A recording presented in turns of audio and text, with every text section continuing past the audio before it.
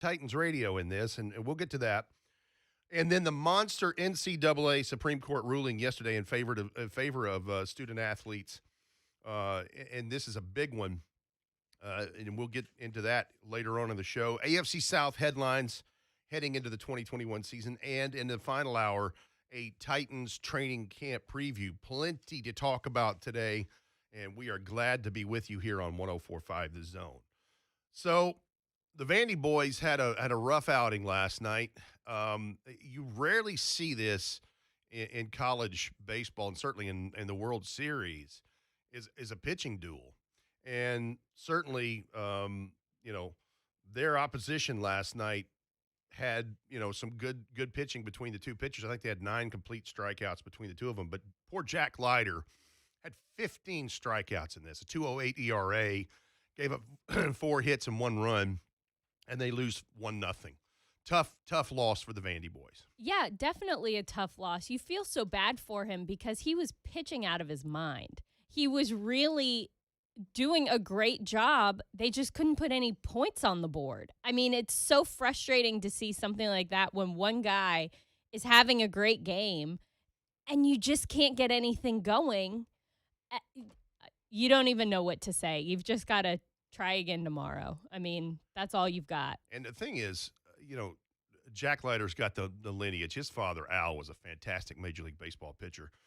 It just reminds you how good, and we touched on it yesterday during the show, but just how good Tim Corbin has made this program in creating a pipeline of really kind of what is equivalent to what Nick Saban does with 4- and 5-star recruits coming to Alabama to play football.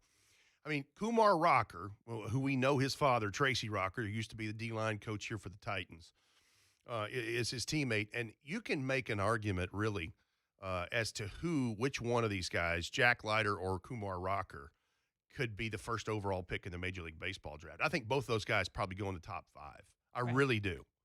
It's amazing what these young men do. And so I feel bad for young Jack Leiter as he just pitched his heart out last night and lost to NC State 1-0. Now the Vandy boys play tomorrow night at 6 in an elimination game against Stanford. And, of course, we know what's happening today in an elimination game. The Tennessee Volunteers take on the Texas Longhorns, and that's a 1 o'clock first pitch. We keep it right here on 104.5 The Zone. We will have plenty of updates through the afternoon as things develop in that game because I know many, many folks are anxiously awaiting what happens there. So, yeah, it's exciting to see these teams in postseason play, and now both are kind of hanging on to see what happens, to see if they can go forward. High drama in Tennessee when it comes to the College World Series. I'll tell you what, though, that Vandy Whistler, I know we talk about this a lot on this station in a variety of ways. My dog went ballistic. I watched the whole game yesterday, and my dog was losing his mind. And for the longest time, I couldn't figure out what is going on. Did he eat like a Tide Pod or something? Like, what's happening to my dog? I sure hope Weller didn't eat a Tide Pod. That would not be good at all. But he's freaking out, and he kept looking at me like I owed him money, and I couldn't figure out what was happening. Turns out he's been hearing all this whistling and thinks I'm trying to get his attention. He's annoyed with me. I'm annoyed now at the TV. Had to watch the rest of the game on mute. Yeah, and apparently I've been told that there are 2 Vandy whistlers, so there's like... It sounded like there was a chorus of whistling. Yeah, well, there's been one guy in particular, I think his name is Preacher Franklin, that has been doing this for a few years now, and it is certainly a topic right here on the Zone this time of the year as that we get into the College World Series and, postseason play for these guys. But apparently, and I don't know who the second whistler is, but apparently there's 2 of them, and I guess that it just magnifies things. Yeah, I think he has like a sidekick. Yeah. I don't have a strong opinion either way. I mean, you do whatever you need to do to get through a game, and if that's whistling, God love you. But, I have to watch the game on mute because little Weller just can't handle it. It's too much. Yeah, I mean, and if he whistled any higher, it'd be, a dog whistle situation, and then he'd be just barking. Right. So, which we don't need. Look, I do have a strong opinion. Stop whistling, please. It's plenty. It's just, and I know you're there to support your team, and that's great. And you found your niche, if you will. This is a much more annoying, case than, the cowbells at Mississippi State or whatever, but please stop. I'll take a whistle over like a vuvuzela, though. I mean, if I we're would getting, agree. Yeah, like I don't need that like harmonica horn sound. Yeah, the Ooh. vuvuzela, that's a great point. And those things came up a few years ago during World Cup stuff. Yeah. And that sounds like, well, first of all, it sounds like most unlike anything I'd ever heard before. Yeah. But it's like a drone of like like swarm of bees coming at you or something. I don't know. Yeah. I like the vuvuzela. I take vuvuzela over whistling. Now, Really? see, Lucas is a soccer guy, though. Yeah. To me, That's it like where you gotta exemplified the sound of South Africa because they kind of came out in 2010, the South African World Cup. So I mean, it turns into white noise. It's like the cowbells. It's just white noise during a game. The whistler is the opposite of white noise. It's like a dagger in your ears. I like that what's soothing to you is the sounds of South Africa. Well, that's really what puts him to sleep at That's night. my favorite thing about like these World Cups is when like the culture or whatever the host country is kind of oozes out onto the field and into the TV product. And the vuvuzelas did that more than anything. They were polarizing. They definitely stuck around after South Africa. I can envision Lucas having his relaxation music when it's time for him to just chill down. He's playing didgeridoos and stuff. Just the soothing sounds of those kinds of ram horn. Yeah, exactly. Yeah. Or the big horn from Ricola cough drop. Ricola. Yeah, there's an app for that. Horn sounds? That seems like enough. It seems like we've gone too far down this road already, and it's 10:09. But yeah, the Whistler thing. It for us guys in radio and gals too, our ears are trained to stuff like all the time. My daughter and my wife at home, they're like, what did you hear? I'm like, I hear sirens coming down the highway like 2 miles away, or I hear this, or I hear that. It's just our ears are trained. So because of that, I'm kind of like Weller, your dog. That is like off the charts loud, and you notice it immediately. And it's amazing. So it makes you wonder, just exactly how loud does Preacher Franklin and his partner there whistle in person that you pick it up that well on a broadcast? Because, I mean, they have parabolic mics at a baseball game, just like we have for a Titans game. But my gosh, it's unbelievable. I know, and crowd mics hanging out the booth windows or whatever. But yeah, but it felt like he was in my living room whistling. So, I mean, either proud of the ESPN sound crew for really capturing the ambiance, or I'd like to holy smokes, that's a whistle. I'd like them to do a better job and filter. Yeah. Just give me crowd noise in this thing. But yeah, and I know, and that guy, like I said, he's been around for a long time. I don't know how he whistles that long. He's one of those now. But you've heard Coach Mack whistle and get dogs' attention. When we're going through the airports and seeing the service dogs that are checking everything out. He loves to do that and mess with. Don't pet the dog. Next thing you know, it's up in his lap. He's feeding it a bottle of water and whistling at it. Yeah, and it's an impressive whistle, but it's not a sustained whistle. It's a get your attention quick blast. Yeah. Right? And this is like a long... A coach's whistle. That's right. Yeah. A coach's whistle. That's exactly right, Lucas. So, as we continue on through the battles of these two Tennessee universities, again, Vanderbilt falls last night 1-0 to NC State. Young Jack Leiter, 15 strikeouts, a 2.08 ERA, a fine performance, but they take the L, and they will play tomorrow night at 6 in an elimination game against Stanford. And, of course, Tony Vitello and the Tennessee Vols take on the Texas Longhorns this afternoon at 1 in their elimination game, and we ask that you keep it right here on 104.5 The Zone for constant updates throughout the afternoon as what happens to the Big Orange in Omaha.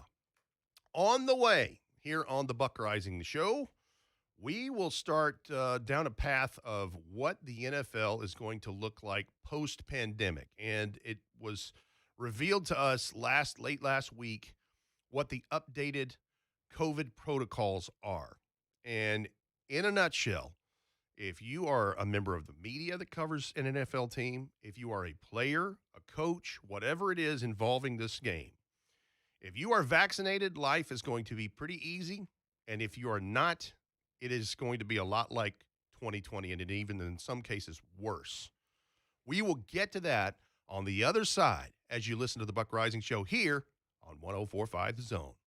From the field to the locker room, with 11 years of NFL experience, Ramon Foster delivers a unique perspective every weekday morning.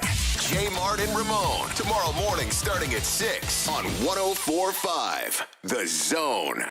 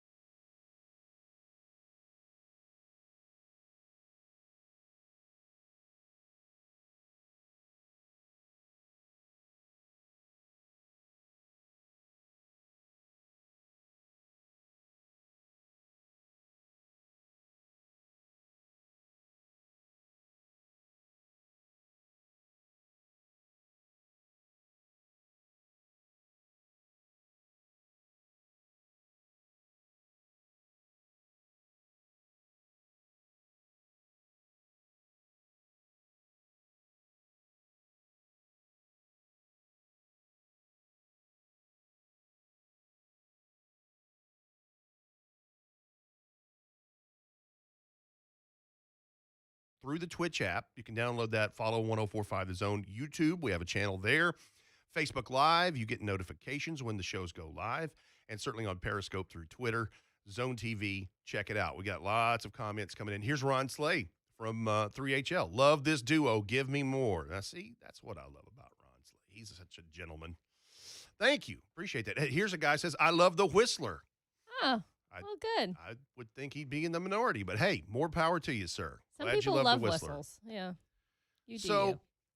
as we said just a few minutes ago, there were some updated COVID protocols league-wide that came down late last week. In fact, it was about the time the Titans were kind of getting finished up with their mandatory mini camp. And it's this simple. If you're vaccinated, you're going to be a little more back towards normal like things used to be. And if you're not, it's going to be difficult. And that doesn't matter whether you're a coach, assistant coach, trainer, player, media, person covering a team, whatever it is. So kind of give us a rundown of what this is, Amie Wells. Yeah, so exactly what you said, Rhett. Your life is easier if you are vaccinated. However, the league and the NFLPA are saying we're not going to mandate that anybody get vaccinated. It is definitely a choice. But here are the things that you are going to have to think about if you are an unvaccinated player. You will have to continue to be tested daily, every single day. Unvaccinated players get tested every day. Vaccinated players get tested once every 14 days. So twice a month, if you have a vaccine, you get tested. Every single day, you get tested if you are unvaccinated. And that includes the weekends. So you're not sleeping in on a Saturday or a Sunday. You've got to go get tested no matter what. You also have to continue wearing a mask and social distancing. So whenever you're in a common space, including a weight room, any meeting rooms in the hallways, you have to wear a mask all the time and continue to social distance. You have to quarantine if you come into contact with someone who has COVID. If you are a high-risk exposure and the contact tracing says that you had contact with them, you have to quarantine.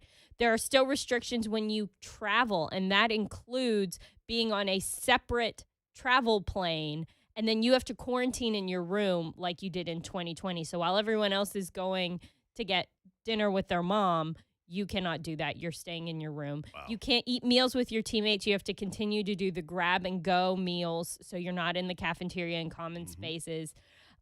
You cannot attend outside events with more than 3 teammates. So you can't go to media events, sponsorship events, your foundation having events. You're not going to any of that stuff.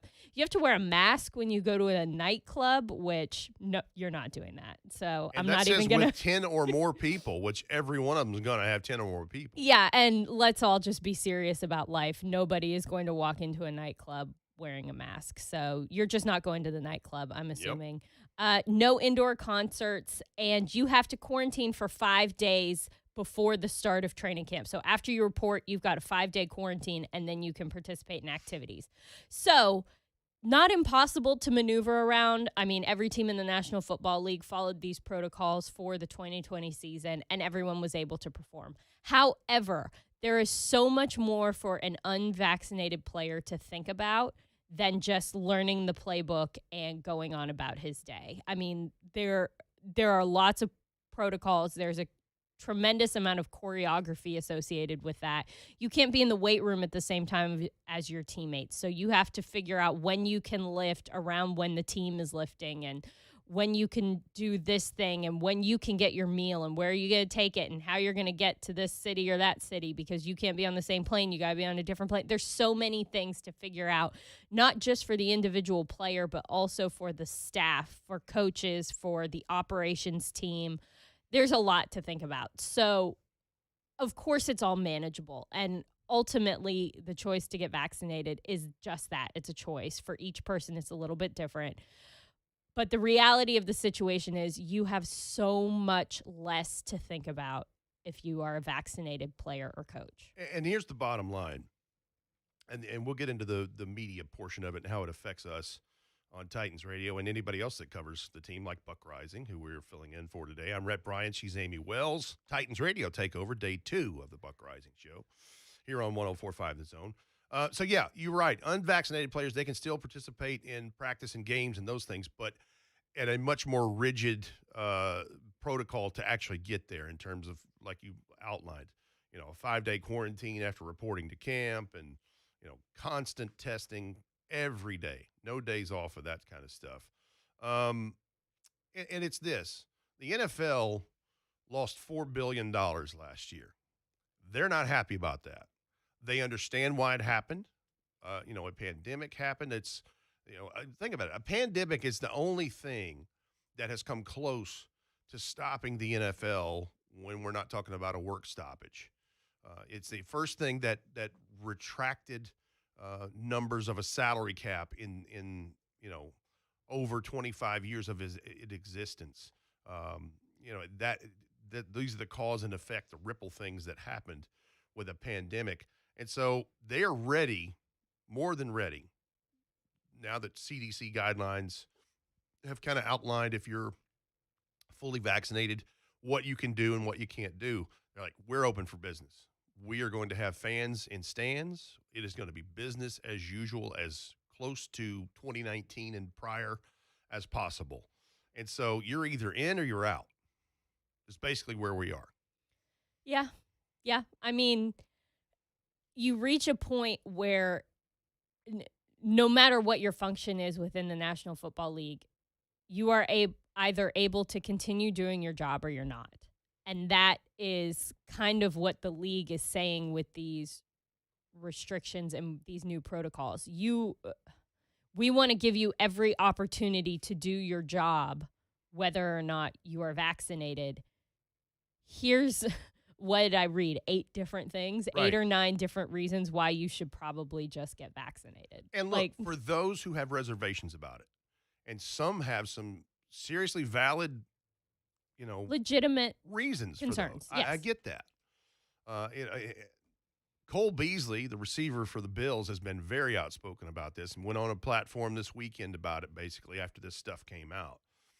But at what point do you make it hard for your team and your organization, as you outlined? Because I felt so bad for Brent Akers, Chris Matusek, and Luke, and all those guys over there, John Albertson, the fine security staff, all the stuff they had to do to get this team ready to play football games and to have practice.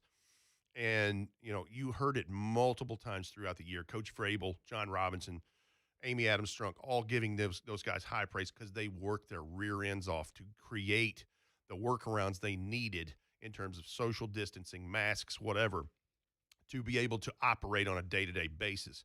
Now you're at a point where some of this can be loosened up. I don't pretend to know how many Titans players are vaccinated and how many aren't. I think there was a report came out last week that 3 teams had over 70% of their players vaccinated. The rest of the league is kind of a Duke's mixture. Yep. But, where do you get to the point where it's like, I'm hurting my team. Let me just go ahead and do this. And if you're doing a 2-shot deal, you're up against it right now. Right. Because we did the 2-shot deal, Titans Radio did, and take your first one. It's basically a month till you have your next one, and then when you have the second and final shot, it's 2 weeks until you're fully vaccinated. So it's a 6-week window, basically. And it is June 22nd right now. And training camp starts, July 27th, I think? Something like that, yeah. So, I mean, you're less, just a shade over a month in this. So that's where kind of, the rubber meets the road, if you will, is do you just bend and go, you know what? I should probably just go ahead and do this. Well, and there is a threshold, which off the top of my head, I want to say it's 80%, but it might not even be that high. But there is a threshold to which once a certain percentage of a team is vaccinated, then they can kind of lift the restrictions on everybody. The problem with that is if everybody is waiting around for everybody else to get the shot, nobody gets the shot. And that's the reality of the real world as well. All of these places that when we reach a certain percentage point, we then have herd immunity. Right. Or we are able to reopen the world. Right. And if the everybody's same thing applies. exactly, right, on a smaller scale. if everybody's looking around saying, well, once everyone else gets the shot, I won't need it, so it won't be a big deal. Well, if everybody has that mindset, no one gets the shot, and we continue to live in the world that we live in. Look, so I don't know what reason you did it, but I'll put myself out there. I did it because not only did I want some kind of normalcy to return, but I know there are those that are higher risk who can't get it, whatever it is. You know, I've heard arguments that people with autoimmune disorders can get it, can't get it. I don't know. I'm not a doctor. I don't play one on the radio. I'm not that smart, but I just wanted to be considerate of others who maybe can't get it for whatever reason, and just to try to increase that, like you said, herd immunity numbers so that we can kind of try to return to normal if we can. It wasn't any sacrifice on my part. I'm not patting myself on the back. I'm just telling you, this is the reason I did it. You know, it's the reason Titans Radio, we kind of all had the same feeling, and generally that we're all vaccinated. Let's go do this. Right. And it makes life easier. And for a lot of these teams, they are trying to limit whatever distractions they can. They're trying to control whatever small, minute details they can possibly control. It is bananas, the things that teams will do to try and maintain consistency and try to maintain some sort of an edge. Anything that they can control, that's what they want to control. This is something that teams can very easily control and that they can take into their own hands and say, look, if we all get vaccinated, we don't have to deal with this list of things anymore. Which makes me think, as you listen to the Buck Reising Show here on 104.5 The Zone, that's Amie Wells. I'm Rhett Bryan, filling in for Buck. Lucas Panzico, producer, is back today. We're talking about the updated NFL COVID protocols in this. And that you bring up a valid point, because you're right. They're always looking for something that is consistency to try to get to a winning product. And so that brings up the next question for you, in my opinion, is do you have teams, and do they have the permission of the league individually as 32 different clubs to incentivize this in a way, and it's not necessarily monetarily. We know football players are just like us. It's the little things that gets them, you know, if they know that, hey, you're going to get an extra day off if you go win this ball game this weekend. You know, they've done that. Coach Vrabel and his staff have done that for years over there. So they go like, hey, if you're vaccinated, you're going to get an extra day off of practice or a maintenance day or whatever it is as an incentive. Do they dangle that out there to try to get the guys to and would that be enough to sway a guy, I guess? Well, I don't know. And I think every individual club has an individual culture, and I think for some they would require some sort of an extra motivator. Maybe some wouldn't require some extra motivator. I think that the list of things that you have to abide by and the inconveniences that are put in place by the league with the intention of keeping everybody safe and keeping everybody healthy and on the field, I think that alone, for me, I can't speak for any of these guys, but for me, the thought of not being inconvenienced in this way, if I was able to get out of waking up at 6 a.m. every Saturday when I want to sleep in and don't have to work or something, right, or if I have an off day, a Victory Monday, and I have to wake up at 6 a.m. to go get tested, and someone said, look, get this shot and you don't have to do that anymore, I would be in. So I can't speak for. Sure. I am very easily bought. Like, same convenience is king for me. Absolutely. But I think that the idea of being able to get back to some sort of normalcy without having to orchestrate your life around and entertain so many other ideas than just beating the Jags would be incentive enough for me. And I mean, Mike Vrabel even kind of said something to that point that, yeah, teams that don't have to maneuver around this stuff have less things to worry about. Is that a competitive advantage? I don't know. We're not one to make excuses or anything like that, but it is more work. It's more stuff to consider. And I think for a lot of teams and a lot of players now that this is out, this could be a motivating factor. We've got some comments here on Zone TV as people are chiming in about this and the updated NFL COVID protocols. It says the NFL is making it hard for the players, not the players themselves. It's not really incentives, it's punishment from the NFL. And certainly that's your opinion, and you're entitled to that. But we outlined it to begin this segment, and it's this simple. The NFL is a business. Their level of you-know-what is pretty plain if you read between the lines. They are back open for business. They are not losing $4 billion this year. They are moving forward. It's that simple. Let's go to Scott in Bethpage. Scott, you're on the Buck Reising Show here on 104.5 The Zone. Go ahead, Scott. Hey, guys. Y'all are doing a good job filling in for Buck. He's our daddy, but y'all can be our granddaddy and grandmother, I guess. No. Give me aunt or something like that. Don't immediately promote me to grandma. What the? I'm just playing, Amy. I'm just playing. No, thanks for taking my call. Real quick, I got a question. You're talking about life getting back to normal. It looks like it's – when I went to Knoxville the 2 weekends for the regional and super regional, life was pretty normal. It just seems like, to me, it does seem like the NFL's forcing a little bit by putting these stipulations.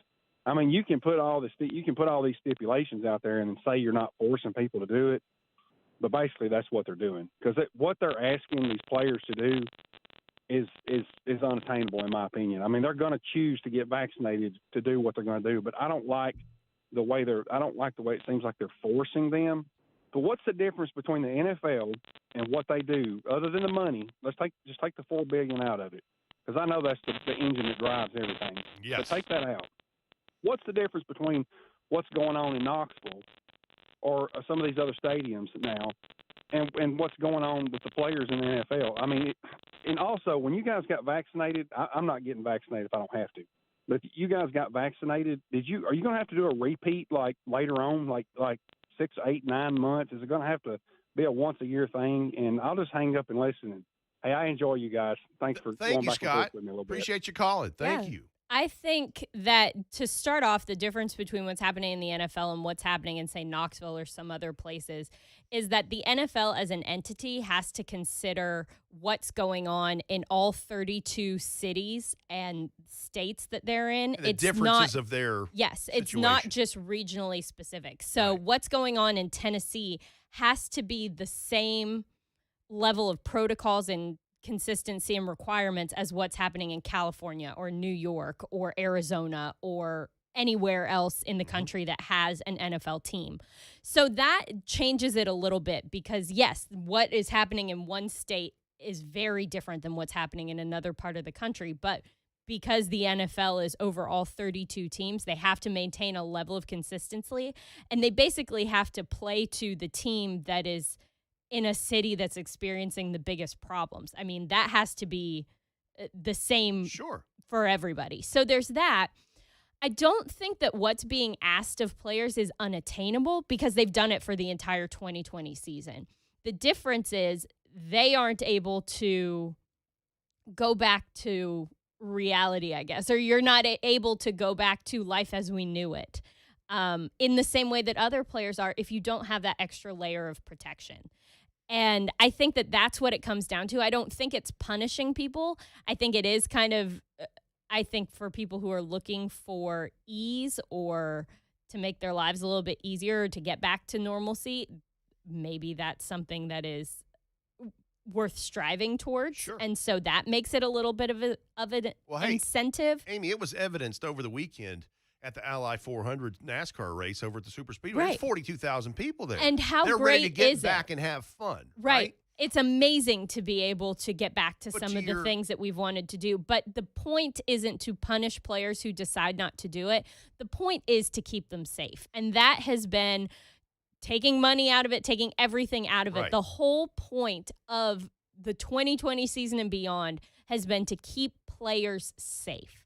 And that safety goes into making sure that guys who don't have the protection within their bodies are externally being protected. They are not around the same guys because they could be carrying that virus. It's the same way that when guys have a stomach flu, and it happens all the time that some nasty, disgusting bug is going through a locker room, and as soon as a guy throws up on the training room floor, they get him out of the building because you don't want it to spread to other guys. It's the same way. The same way that you try to isolate whatever nasty stomach virus is going through a locker room, you also are trying to isolate COVID. The difference is right now, this vaccine is a highly talked about thing, and it's kind of permeating through all of our worlds right now. But it's the same idea. We want to isolate the people who don't have the same protection as other people so that everybody is able to stay safe. And that's what it is. It's not a punishment.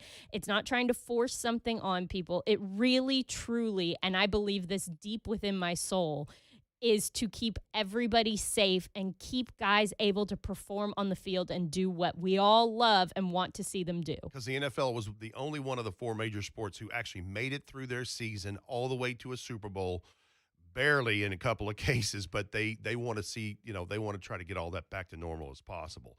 On the way on the Buck Reising Show, we will talk about, as we wrap up hour one, what the COVID protocols are for fans, and certainly for yours truly and Amie Wells on Titans Radio and Mike Keith and our gang. As we continue, conversation is next on the Buck Reising Show here on 104.5 The Zone.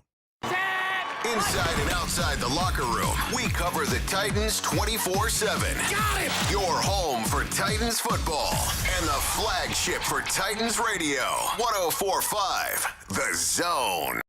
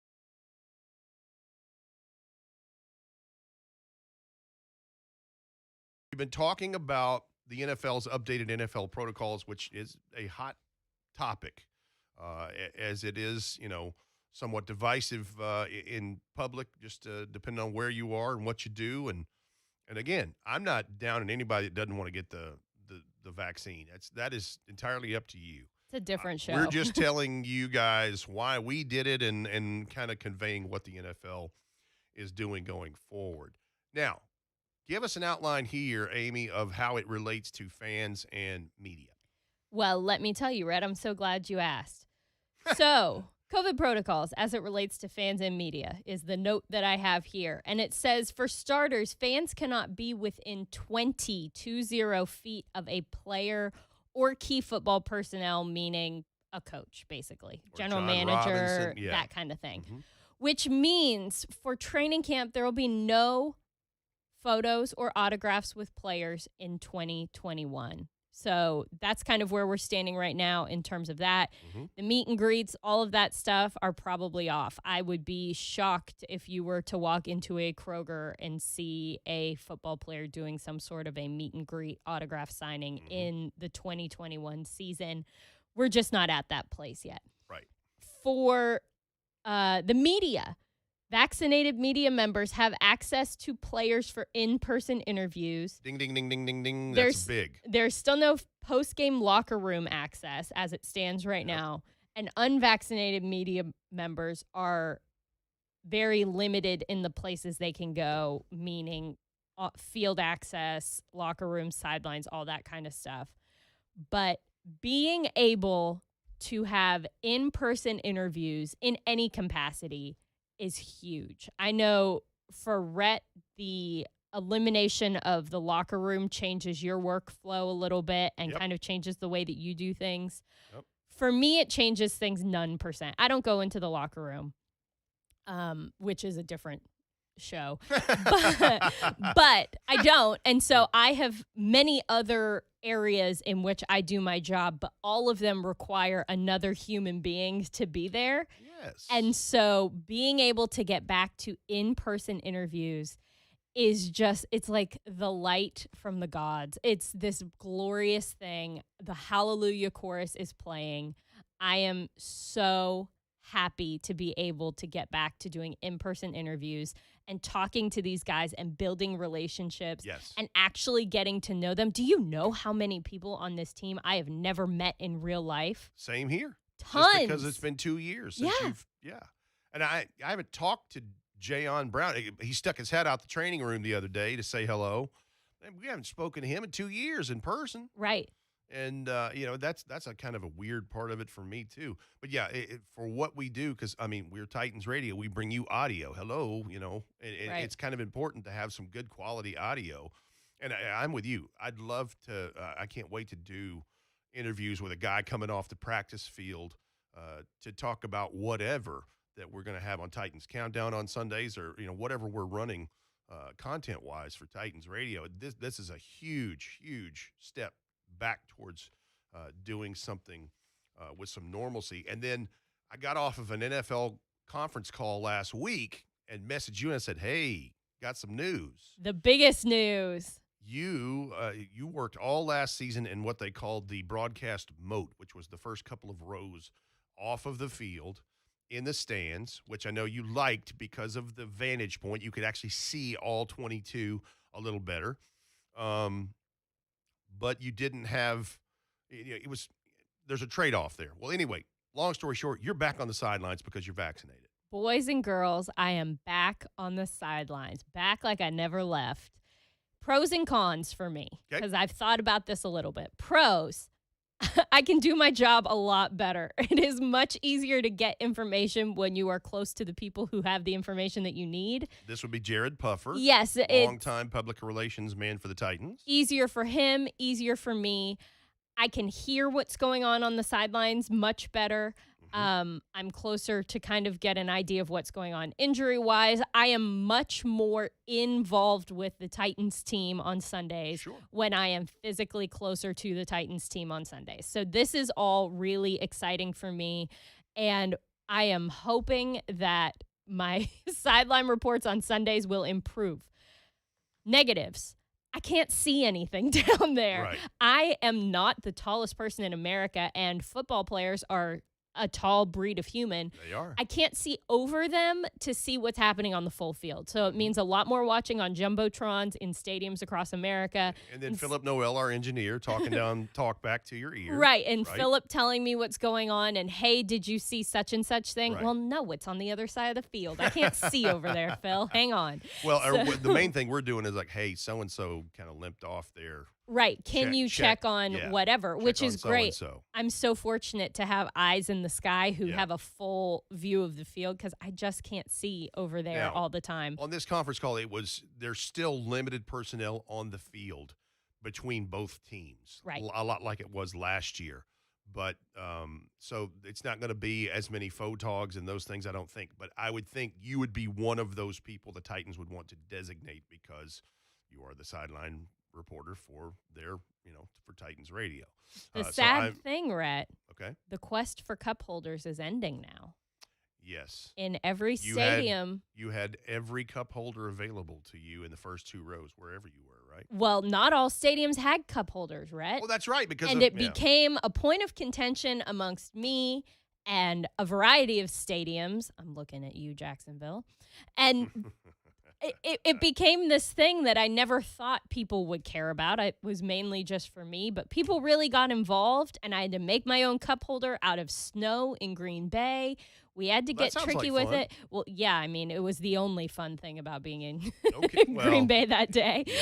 But it was really something that people got behind, and so I'm sad that our quest for the cup holders is ending this way. But it's okay, guys, because we are back on the field. That is good stuff. And that's what matters. Hour 1 of the Buck Reising Show is done. Just like that, Hour 2 is on the way. We will go through some of the massive NCAA Supreme Court rulings yesterday that was heavily in favor of student athletes. We'll get into that. And also, we will go around the AFC South with headlines from each team heading into the 2021 season. You will not want to miss that. She is Amie Wells. I'm Rhett Bryan, filling in for Buck Reising here on the Buck Reising Show on 104.5 The Zone. More Vols and SEC talk than anywhere else in Nashville. The 3HL with Brent Doherty, Don Davenport, and Ron Slay. This afternoon starting at 3 on 104.5 The Zone.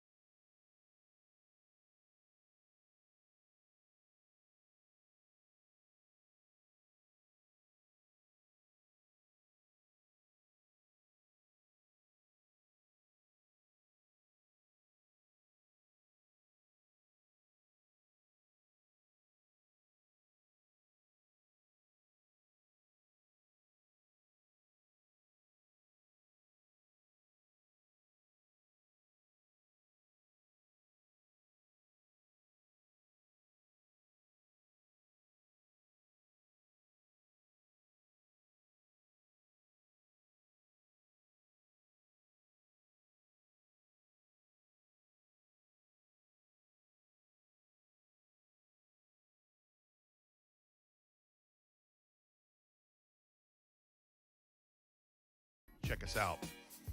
So, hour 2 begins on the Buck Reising program here. And we're going to get to in hour 3 a Titans training camp primer and also what an in-person offseason, unlike what we had in 2020, means for a team like the Titans who are trying to get over the hump, win 11 games, win their division, and trying to take a step forward towards the championship. And we'll get to that in hour 3. Right now, hour 2 starts with some major news that came down yesterday from the Supreme Court.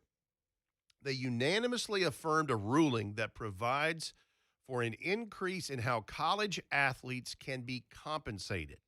They upheld a district court judge's ruling that the NCAA was violating antitrust law by placing limits on education related to benefits that schools can provide athletes. This ruling means that schools can provide unlimited compensation to student athletes as long as it is connected to their education in some way, Amie Wells. And this is interesting timing because this comes less than 2 weeks before new laws are scheduled to hit the books that take effect in Alabama, Florida, Georgia, Mississippi, New Mexico, Texas, where it allows the athletes in the NCAA to make endorsements and monetize their social media presences, the name, image, and likeness things that are taken off like a rocket in this. Right. So there's a lot to kind of unpack in this, but basically what the ruling from the Supreme Court was saying, they were upholding a lower court ruling that basically gave universities the ability, or the NCAA and all the schools that are associated with that, the ability to provide things outside of just room and board and books and things like that. Mm-hmm. So they can also provide advanced degrees. They can provide musical instruments. They can provide paid internships and study abroad. I was going to say international travel, which sounds way more luxurious than study abroad. Yes. But so they can provide things that have before been seen as not necessarily conducive to your education and was kind of previously seen to have been a slippery slope to so what else is related to your education. But I think that providing the opportunity to have a fuller college experience. Well, and the thing about, this has been an argument on talk shows like the great ones here on 104.5 The Zone for years, in that how rigid the NCAA is in terms of just silly things. Let's take, for example, if you're from wherever and you don't have a lot financially, you're not well off, and that training table is closed on a weekend, you're in survival mode. Right. And Ramon Foster can probably tell this, and Ron Slay can probably tell this better than anybody because they've been through college athletics at the University of Tennessee and just kind of where things are and what you do in survival mode for this. Just something simple like that. And I think, the NCAA, and I'm not defending them in this, but, they're very guarded against what you, air quote, call a slippery slope in this thing. But here's the thing is that Supreme Court Justice Brett Kavanaugh took it a step further. Here's his quote. "Nowhere else in America can businesses get away with agreeing not to pay their workers a fair market rate on the theory that their product is defined by not paying their workers a fair market rate," he wrote. And under ordinary principles of antitrust law, it is not evident why college sports should be any different. The NCAA is not above the law. So he's put them on notice. Steamy. Yeah. His response, I think, is where a lot of people are starting to make the tie between that and some of the other things that have been talked about in regards to name and likeness and all of that.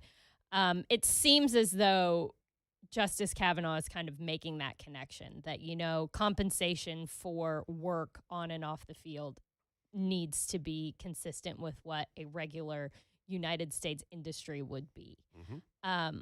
So I think that's kind of where those ties are being made. And it seems as though this is a step down that path. It is not the entire path. Right. And it is not even really the ruling in and of itself is not that. No, but it gets us directs closer. the boat in that way. Yeah, it gets us closer to the whole argument of should college athletes be paid? Right. Now, you brought up an excellent point yesterday right here on the Buck Reising Show as we were filling in for Buck, in that the Olympics in Tokyo are cranking up here very soon. If you're an amateur athlete, and we know where their stance is, the Olympic committees on, being compensated. It happened to Jim Thorpe all those years ago where he was stripped of medals that he won in the Olympics because he had worked in, semi-professional, either baseball or football, whatever it was, because he did everything. But where does this – did you get any clarity reading further about what this might do to Olympic sports like this and their stance on it? I didn't really, because as this stands right now, it basically pertains in what is written in the settlement here. It pertains to men's and women's basketball, football, one other sport that is not in my brain right now. That's okay. But it really, as this stands right now, it was in reference to some of the major earning sports. Of course, what stands for one sport, as we've seen in the NCAA, stands for all the sports. But those were specifically addressed within what they were talking about. But I don't know, to answer your question, and I wish I did. And I think we'll get clarity on this as this thing moves forward, because the International Olympic committees will have to take a look at this because it will directly affect them. Because you're talking when, a lot of these track and field stars are from major Power 5 programs that'll be competing in the Olympics in Tokyo here very soon. I think some of the interesting things out of this is just where this develops from here. Because you're right, it's not the end-all, be-all, but it's starting down that path. And you brought up another excellent point right there. If this is, and a lot of this has been being driven by football and basketball, certainly football. They've made billions of dollars off of this, off the athletes. And you're right, if they do it for them, then if you play softball, if you're a bowler, if you're a whatever, you'll have a chance to monetize yourself. Yeah, I just looked at an article that I previously referenced at USA Today, if you want to go check it out. Okay. Men's and women's basketball and the football bowl division. So that's what they were really talking about here. And they're saying cash or cash equivalent award. So that's a myriad of things.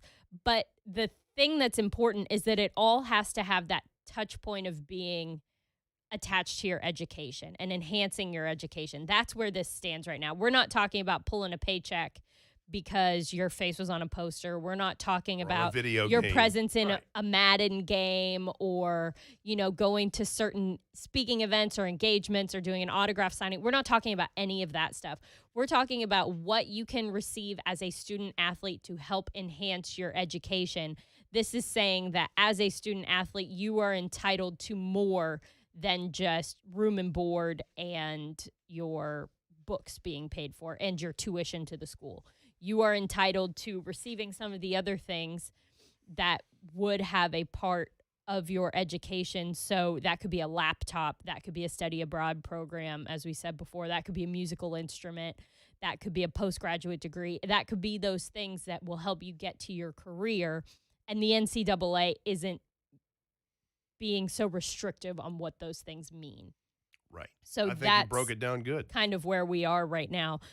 But this is exciting for a lot of student athletes, I think, because the precedent that this kind of sets is, hey, we're doing a lot of stuff and we're not really being compensated for some of the things that we're doing, which wherever you fall on that is your own thing. Because there are a lot of arguments being made a lot of different ways. But socioeconomically, this will help a great deal of athletes. This will help a lot of athletes. Where they, and like I said earlier, they go into survival mode because they're shut off because of the regulations and restrictions from the NCAA. Absolutely. And there's so many things that without using school facilities, student athletes just aren't able to do because they don't have the funds to do it. This helps a little bit with that. And gives people the ability to actually have a college experience and, eat and things like that. Not struggle. When they are not doing sports things, which I think is a fantastic thing. And Justice Kavanaugh kind of took it a little bit further by saying, oh, by the way, what the NCAA is doing may or may not actually be legal. So stay tuned. That will certainly be a topic as we get into these things further down the road. No doubt about it. On the way, I'll tell you something that's great, and Amie Wells had this idea, and I think it's a really good one. We're going to visit the AFC South. Headlines from each of the other three teams and kind of where they are as they head into the 2021 season. All of that and more as the Buck Reising Show continues on 104.5 The Zone. Stream Titans opinion on all your devices. It's the 104.5 The Zone app. Your home for Titans football and the flagship for Titans Radio. 104.5 The Zone.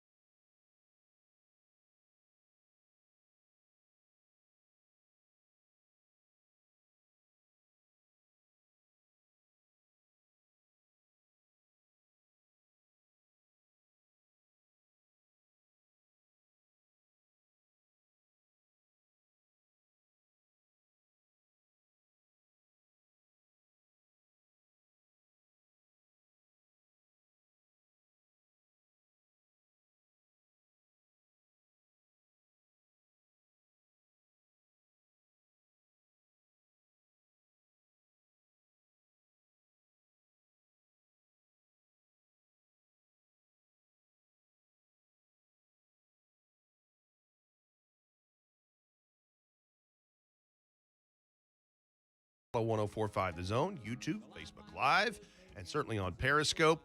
We've been talking about the NCAA, the ruling they had yesterday from the Supreme Court, and what will head possibly down to a path of more things available to student athletes. And John in Nashville has chimed in, and he'd like to add something to the conversation. John, you're on 1045 The Zone. Go right ahead. Good afternoon, guys, or morning, or whatever time it is. I don't even know. That's okay. My wife was a rower at Kansas, which when I met her, that was a shock. I didn't know that they rowed at Kansas. I thought it was just wheat fields. And she told me that she had a teammate that was from Mexico that on top of her, so say that the average tuition was $30,000 a year at Kansas. So that student was given a scholarship worth roughly like $80,000. So that would be $20,000 over the tuition and room and board and everything. Explain how that was this extra money was apparently for living expenses, things like that, able to go back to Mexico to see family, stuff like that. Explain how that's okay and that's permissible, but all these other things, musical instruments, study abroad programs, how the NCAA was cracking down on that. All right, John, thanks for calling. I appreciate that. And, I don't know that I'm qualified to completely answer what the differences are there because there's so many things involved in this. There are so many things involved in this. And so things happen on school-by-school bases that are a little bit different. And there's nuances to the way that scholarships are given up and the way that things are basically, to put it in a stupid thing, like coded, like in a budget, the way that things are kind of categorized varies from school to school. And it's hard to really say what was going on. I have questions for you or your wife, mainly about rowing in Kansas. Like, what body of water are you rowing in? Is this in a pool? Do you compete against other people? Are there other rowers in the Midwest? I have a lot of questions, and we won't even talk about the Kansas of it all because I can't even as a Missouri grad. But I wish we could answer your question a little bit more. I, like Rhett, don't really know the nuance of NCAA scholarships and the way that things are given away and allocated and all of that and the way that they're assigned and what they are adjacent to and all of those things. I just know that whatever the restrictions are, they are loosening up. And I know this, as things develop with this, you just keep it right here on 1045 The Zone. We will have guests. We will get real to the experts. bottom of these things. Yeah. Yeah. You said it, I didn't, but yes, I agree. Yeah. But yeah, this is a very compelling topic as to what unfolds with the NCAA going forward. And it's something that's been brewing for a long time, and now it's getting a real shove because of what's happening at Capitol Hill. So, okay, as we promised, we are going to take a whip around the AFC South with kind of headlines of what their offseason is like and what 2021 going into that. And then I've got some comings and goings of each team as far as free agency and those things. We're going to start this right now. So go ahead and let's lay it down, Amie Wells. Let's start with the Houston Texans. Well, with the Houston Texans, here's a little bit of roundup for the headlines that I found. So Houston Texans, no minicamp, no problem. They canceled their minicamp because they felt like they had great attendance in OTAs. They felt they got everything done that they needed to accomplish, and so they had no mandatory minicamp. What that also means is that there are no fines assessed to any of the players who did not show up to mandatory minicamp. I don't want to say that buys them a little bit of time with their quarterback situation, but it kind of buys them some time with their quarterback situation, figuring out exactly what they're going to do with that, which leads me to the next point, which is, do they have a quarterback? And if so, who is it? Tyrod Taylor is their number 2 quarterback on their roster. The National Football League has not had any sort of investigative meetings with Deshaun Watson in terms of the accusations that have been made against him.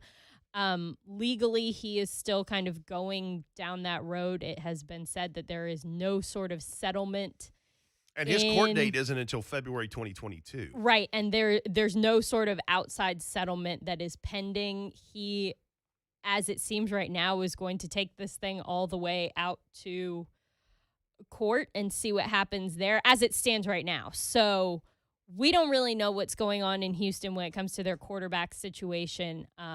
But by canceling mandatory minicamp, Deshaun Watson was not fined for not being at that minicamp, as were any of the other players who would have been there and didn't report. They weren't fined because it didn't happen. Yeah, because what they're going to have to do at some point when camp starts is they're going to have to designate him to an NFI did not report list, suspended, whatever it ends up being. Right. He'll be on one of those lists as a roster exemption. If they decide not to try and trade him, which it doesn't seem likely that something like that would happen. I wouldn't think with all this stuff hanging over his head, I don't know how you'd do that. Right. I don't think that that's an option either. That is what Deshaun Watson requested months ago before any of these other accusations came out. But it seems as though Houston's going to have to say something at some point. And they have, man, their transaction list is a mile long. They added, they went deep on quarterbacks and running backs, to your point, because Tyrod Taylor is apparently the quarterback that took the reps in minicamp or in OTAs because they didn't have a minicamp. But they went deep on running back and quarterback. They had Mark Ingram, the former Saint, former Raven. They have Phillip Lindsay from the Broncos. And they already had an okay backfield. But they have Tyrod Taylor. They have quarterback Ryan Finley. They who else did I see? Jeff Driscoll from the Broncos. They added Christian Kirksey, the inside linebacker from the Packers. That was probably their big free agent get. Marcus Cannon, the tackle, in a trade with the Patriots. They got Shaq Lawson in a trade with the Dolphins at defensive end. Rex Burkhead they got from the Patriots. But, there's no J.J. Watt. There's no Bernard McKinney. There's no Darren Fells at tight end. I mean, they lost quite a bit in this thing, including A.J. McCarron also. So he went to the Falcons in this to back up Matt Ryan. So,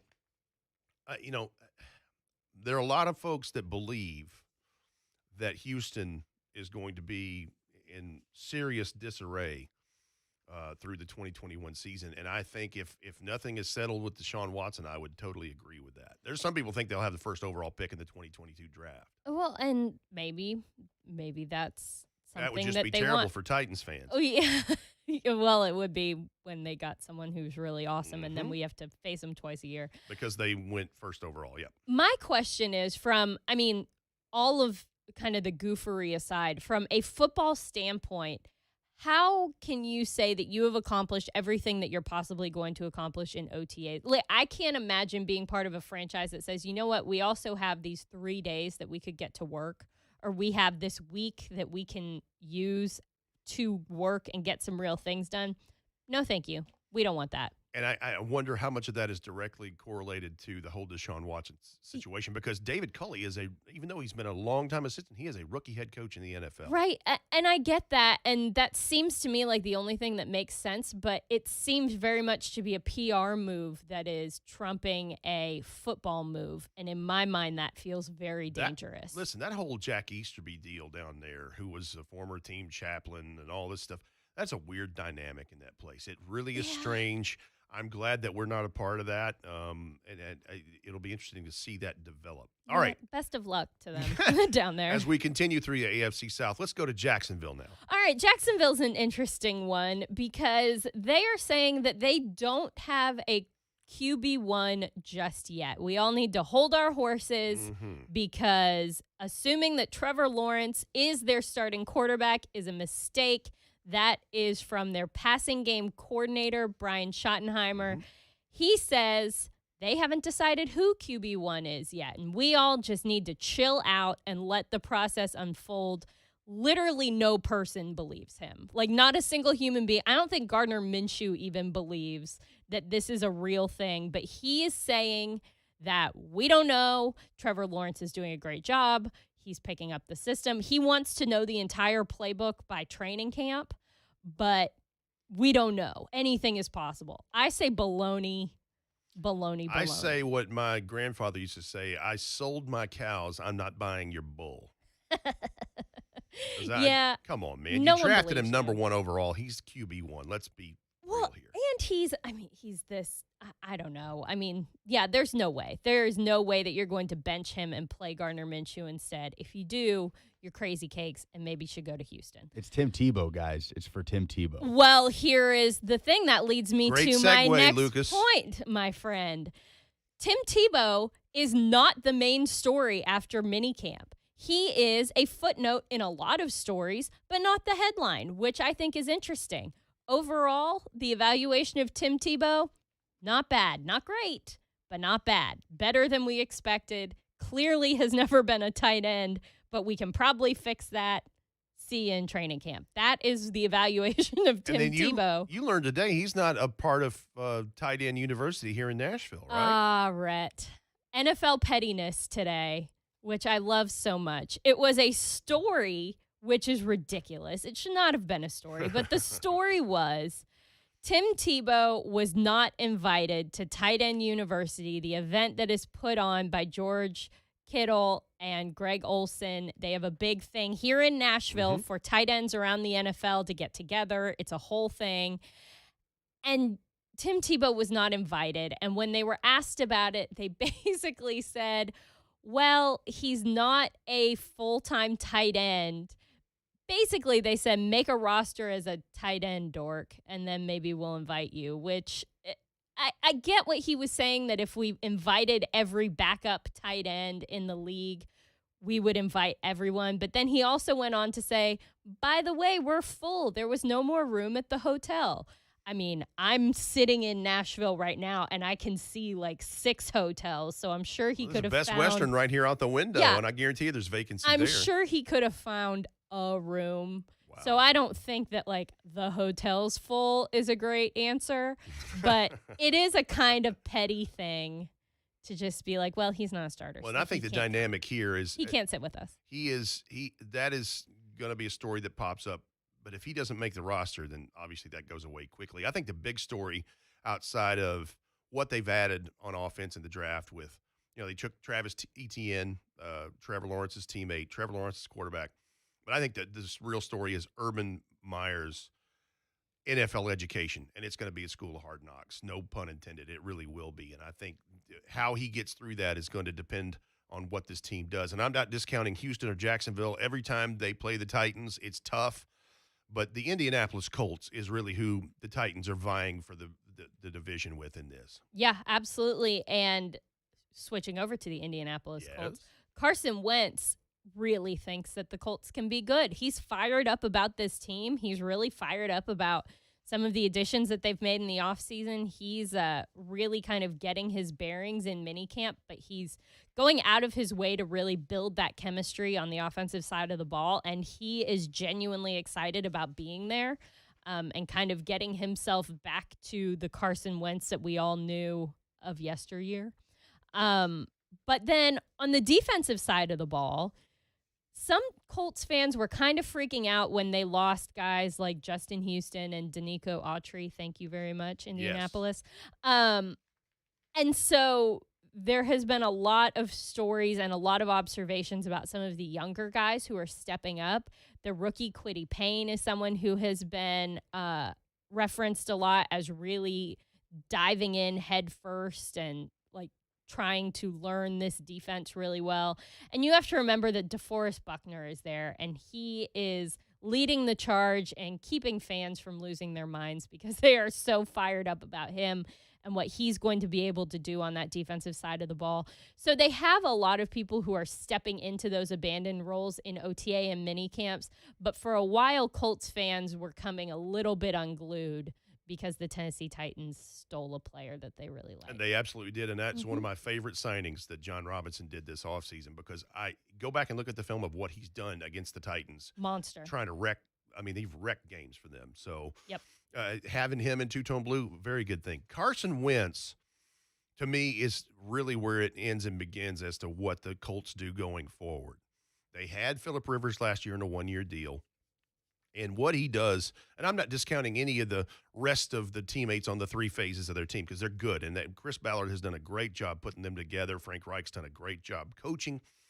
But Carson Wentz just came off of his worst year as a pro in 2020. Played in 12 games, eventually replaced by Jalen Hurts in Philadelphia. I mean, he was down in passer rating. He was down in yards. He was, 16 touchdowns, 15 interceptions. Some poor decision-making with throws. Now, I will say this, and J. Mart and Ramon this morning had Steve Palazzolo on from Pro Football Focus.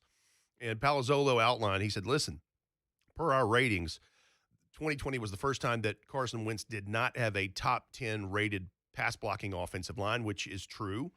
And then the wide receiving duo, the wide receiving core there is just it's not great. In fact, they didn't have a receiver over 550 yards in that category. You had Travis Fulgham and Greg Ward, Dallas Goedert, the tight end, Zach Ertz, Jalen Reagor. So that's, part of where Carson Wentz is in this, but we haven't really seen Carson Wentz back to like 2017 Carson Wentz that was really, really good. And certainly the hope is that he's not that good being in the division with the Titans. But I look at, their comings and goings. I mean, Anthony Costanzo retired, their longtime left tackle. In fact, he was hurt in the game against the Titans up there last year and subsequently retired. And they replaced him with Eric Fisher, the former Chief, who tore his Achilles in the AFC Championship game. He's coming off of that at 30 years old. That's their tackle. Yeah. So I don't feel like they completely addressed the offensive line. I think it seems like everybody's wanting to say that Quentin Nelson let's plug him in and everybody else will be better. And it's like, he just takes over the whole line. Hold on a second. He's good, but he's not that good. I think that is a big question mark for this. And then, Jacoby Brissett leaves as their backup, and you mentioned it. Danico Autry is a huge loss for them on defense. They didn't really address the wide receiver position in the draft much. I mean, T.Y. Hilton comes back after he floated out there for a little bit in free agency. He's not the T.Y. Hilton of old. He's getting dinged up a little more. So I think it really honestly comes down to Carson Wentz in this as to what the Titans, how well they do in this division. Rhett, can I ask you a question? Go. Of these three AFC South teams, which one are you the most interested in watching throughout training camp?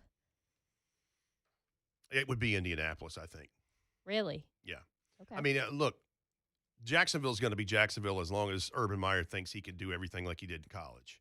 And Houston's just a mess. It's a dumpster fire. That's why I would pick Houston. Yeah, Just that the would. entertainment That's of it. me too. Houston's this is Lucas. a circus. He's watching NASCAR for the wrecks. he's a rubbernecker, right? Yeah. But no, I say Indianapolis just because that's who I think you've got to worry about. I'm not sleeping on the other two, but you both make compelling arguments. The whole division's going to be interesting to watch, but. Lucas, you might be right. It might be Houston because they're in such terrible shape. Top to bottom, it might be one of the more fascinating divisions in terms of storylines in the league. Like, but any bias aside, in terms of quarterbacks, the bottom of it with the Texans and the top with the Titans and Colts kind of dueling it out. And you're right, because one doesn't know what their quarterback situation is going to be, and then the other three either have one or have gotten a new one. So, yeah. And it's a quarterback league, so here we are. Well, and as the season goes on and we start to get closer in Houston, we see if they are going to kind of right the ship a little bit or the ship is just going to go down, or Jacksonville starts to get some reps with a new head coach, a new quarterback, getting this team kind of gelling together. Anything is possible. Mm-hmm. And I think that is what makes the AFC South so compelling right now. The Tennessee Titans have added a lot of flash and excitement to their roster. They seem to be stout. Houston, God only knows. Jacksonville's got a lot of fancy pieces right now. Will they all fit together? And that includes the head coach. Indianapolis seems like they've really bolstered some areas, but also have some question marks. What's that going to look like?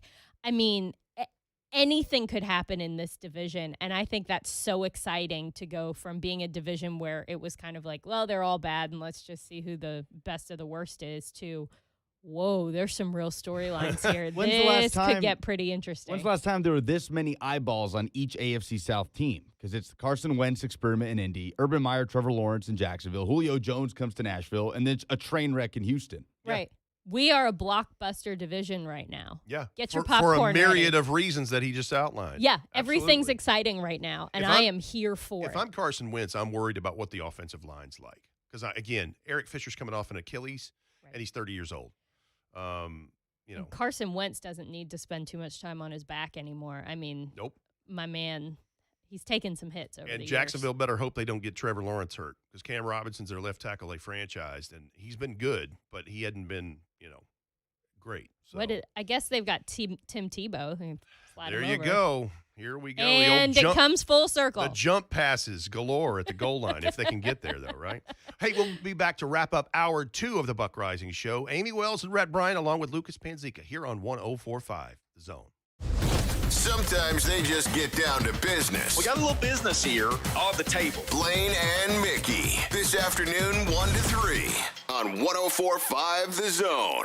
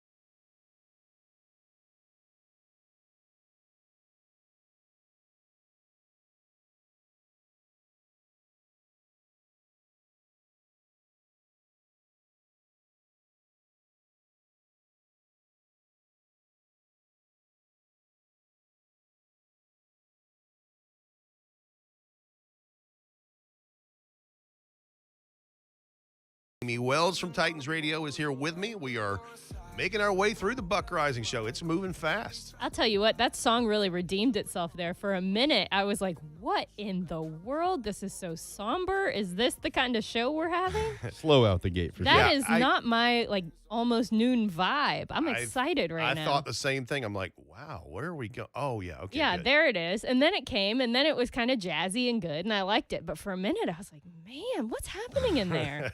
Shoot. This hour, we have been discussing the NCAA and the Supreme Court ruling about kind of opening up some things for student athletes, and certainly going through the AFC South with topics around the Titans division going into the 2021 season. Let's go to the phones here at 615-737-1045. Chuck in Clarksville, you want to chime in on the NCAA ruling? Go ahead. Hey, Rhett, I just was thinking with all this new NCAA rule, is that going to open up the free-range booster programs again? I mean, pardon the pun, but could the pilot oil money bring us take off for the balls a little bit? Hey, Chuck, I appreciate you calling. That's there will be fans from every fan base in the world asking that same kind of question. And that's where the slippery slope is for the NCAA and whatever Justice Kavanaugh wants to say is you're trying to prevent the Wild West. And here's the thing. The Wild West still goes on. Right. It's just who gets caught. Let's be honest. I mean, it's maybe not quite as blatant as it used to be, but, the McDonald's bags were real.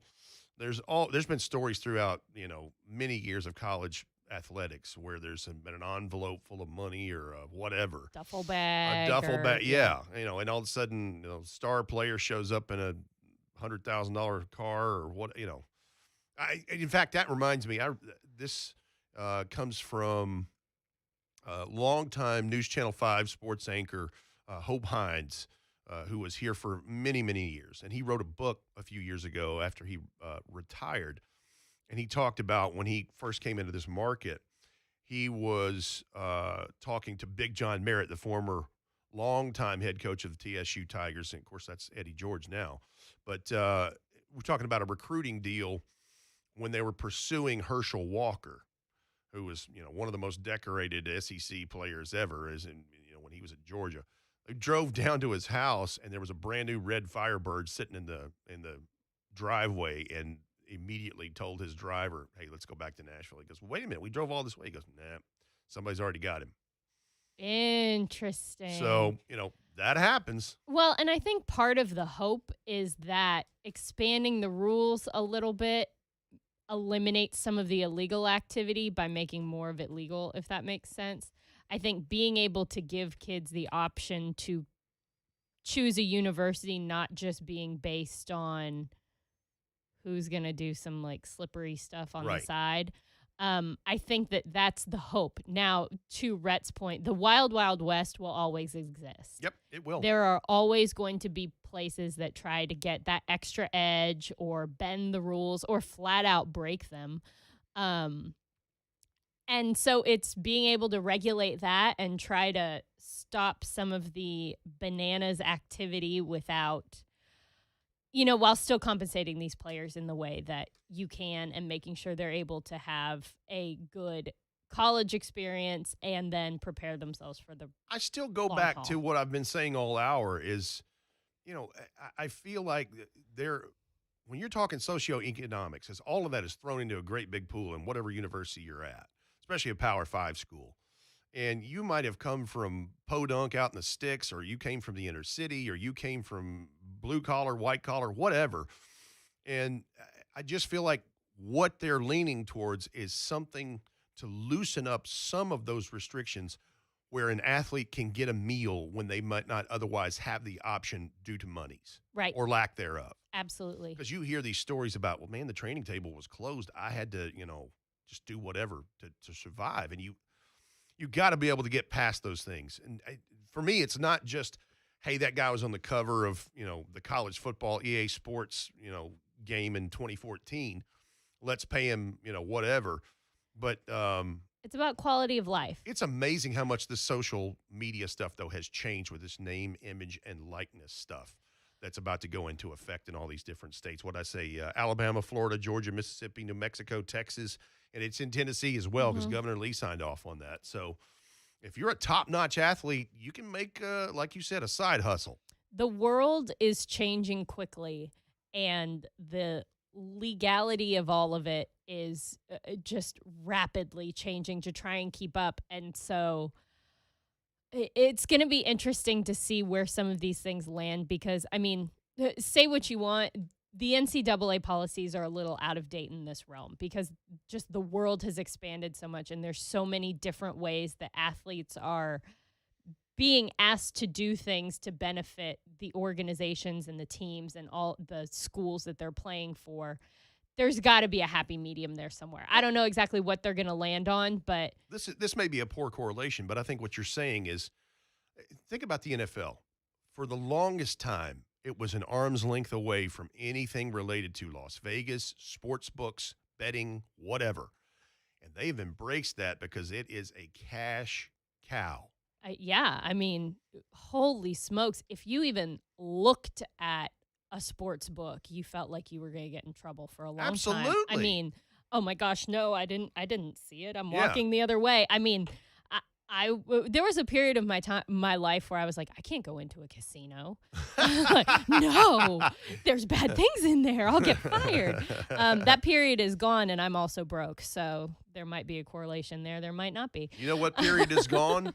The second hour of the Buck Reising Show. It is just done, just like that. It's flying by. We're having too much fun, We Rhett. are. We absolutely are. We invite you to jump in and to conversation if you want to call 615-737-1045 as hour 3, the final hour of the Buck Reising Show with Amie Wells and myself is on the way.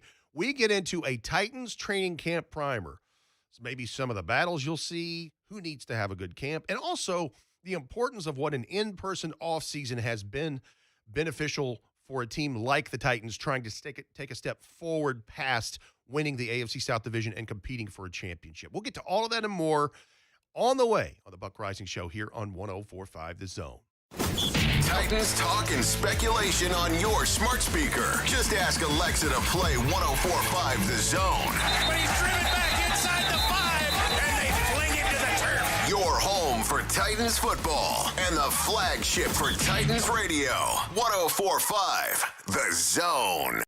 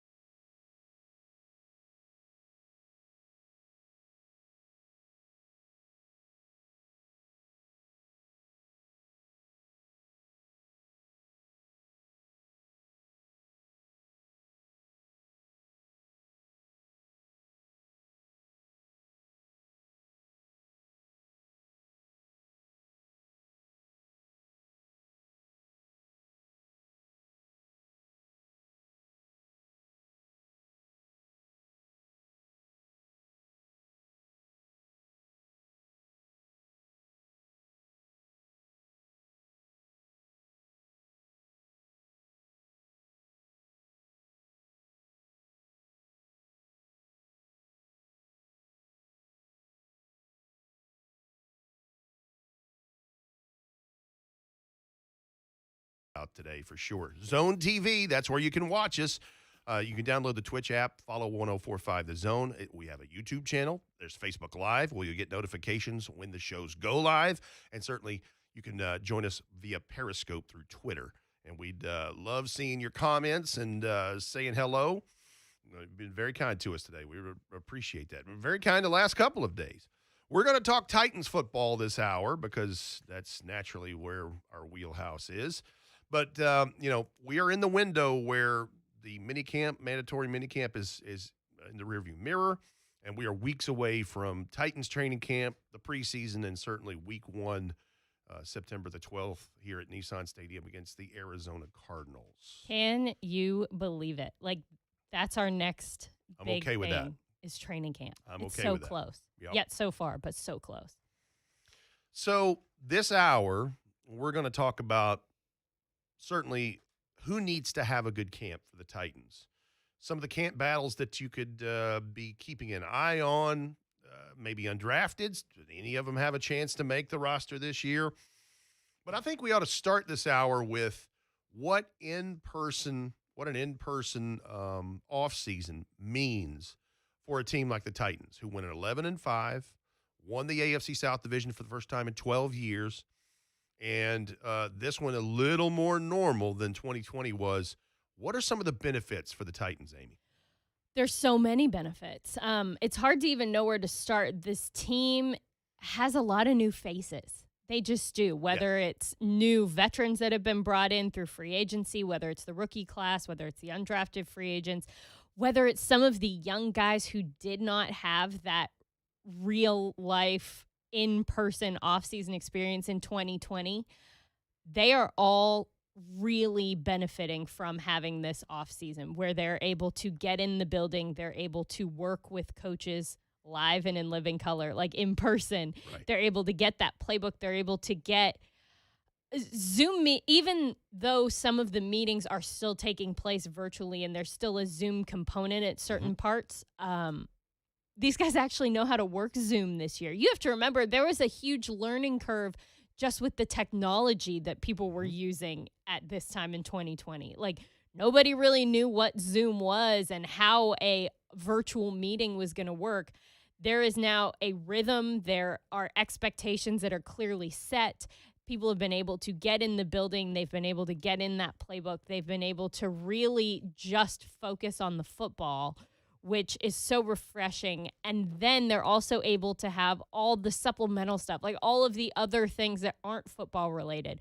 Being able to get in the building and know where everything is before you start training camp. Like freshman orientation for the first-year guys or rooks. As opposed to when you show up and you're like, I don't know where the bathroom is. Exactly. What time do we eat lunch? Like, there's all those little minutia things that this team is already able to get a leg up on because of the offseason program. They know what the expectations are in terms of what stretching is like, what individual portions of practice look like. Rookies and undrafted free agents and some of the younger guys are able to learn what practice speed looks like and kind of what that routine looks like when you're going through a walkthrough versus a practice. And it's all so valuable to set this team up to get the real work done when they report for training camp. One of the things that you brought up when we were in conversation about topics for the show, and I think it's super duper important on this list, is the treatment for guys coming off of surgeries or injuries. Because last year, it was pretty cut and dry when you got in there to get treatment, right? Yeah, it was pretty bare bones. I mean, there were certain guys who could still come in and get treatment, but it was you and a trainer, and you're doing what you need to do, and then you're getting out of Dodge. I mean, this wasn't a hangout in the training room, seeing other guys coming in there. Maybe you don't need like full treatment, but you can come in and use the equipment. You have access to some of the facilities there. I mean, even to the point where they didn't have like hot tubs and cold tubs and all of that stuff a year ago because can COVID swim? We don't know. It was that time in the world. And so now guys are able to get the treatment they need, really spend a lot of time on those training tables and getting the attention that they need to come back from injury. And also the camaraderie that happens in the training room. You know, having guys walking through there, guys coming in for a lift, they stop by. You're getting to know the staff a little bit better. You're getting to know your teammates better. There's that camaraderie that is formed, that chemistry that's built. And a lot of it happens in those locker room, training room, in between times when you're not on the field. And so guys are able to be in that space at the same time. And that's a big deal. You know, it's so funny, the things that you take for granted. But it is a ripple effect. You're right, because Exactly. you don't even think about the team chemistry and the camaraderie and getting to know your new teammate, whatever it is. Mm-hmm. But I'm thinking about the conditioning and the training and certainly the treatment part. And there's 4 names I can think of immediately, 2 veterans and 2 second-year stars that are affected by this in a positive manner. And you're talking about your left tackle and Taylor Lewan coming back from an ACL. Yep. And your big catch of the offseason that is not named Julio Jones and Bud Dupree coming off an ACL himself. So those guys getting in there and getting their stuff to get back to the playing surface. And then you mentioned it. Darrington Evans, the running back, and certainly cornerback, Christian Fulton, did not have the advantage of having an offseason like this as a rookie, and then had their own injury woes throughout the year. So now they've been through a full in-person offseason it's really kind of they're like, I don't even know how to phrase this, but they're not rookies anymore, but they have gotten a rookie education and through that taken a lap around the building, so to speak, in the chronological calendar, to better prepare them for year 2. Well, and we have both commented on how Darrington Evans through the offseason program looks different. He looks like an adult. Does. He looks like a grown man now. Yep. And it's just, he carries himself different. The way he looks on the field is different. His body has changed a little bit.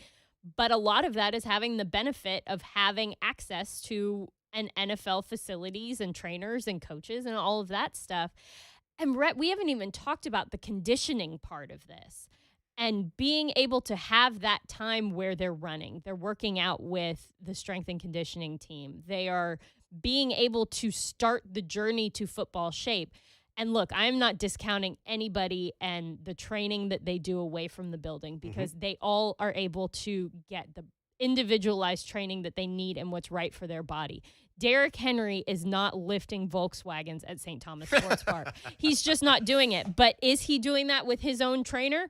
Maybe. He does all kinds of crazy things. Yeah. But they are able to, when they're at the facility, get that conditioning, get into a routine, be part of a regimented program.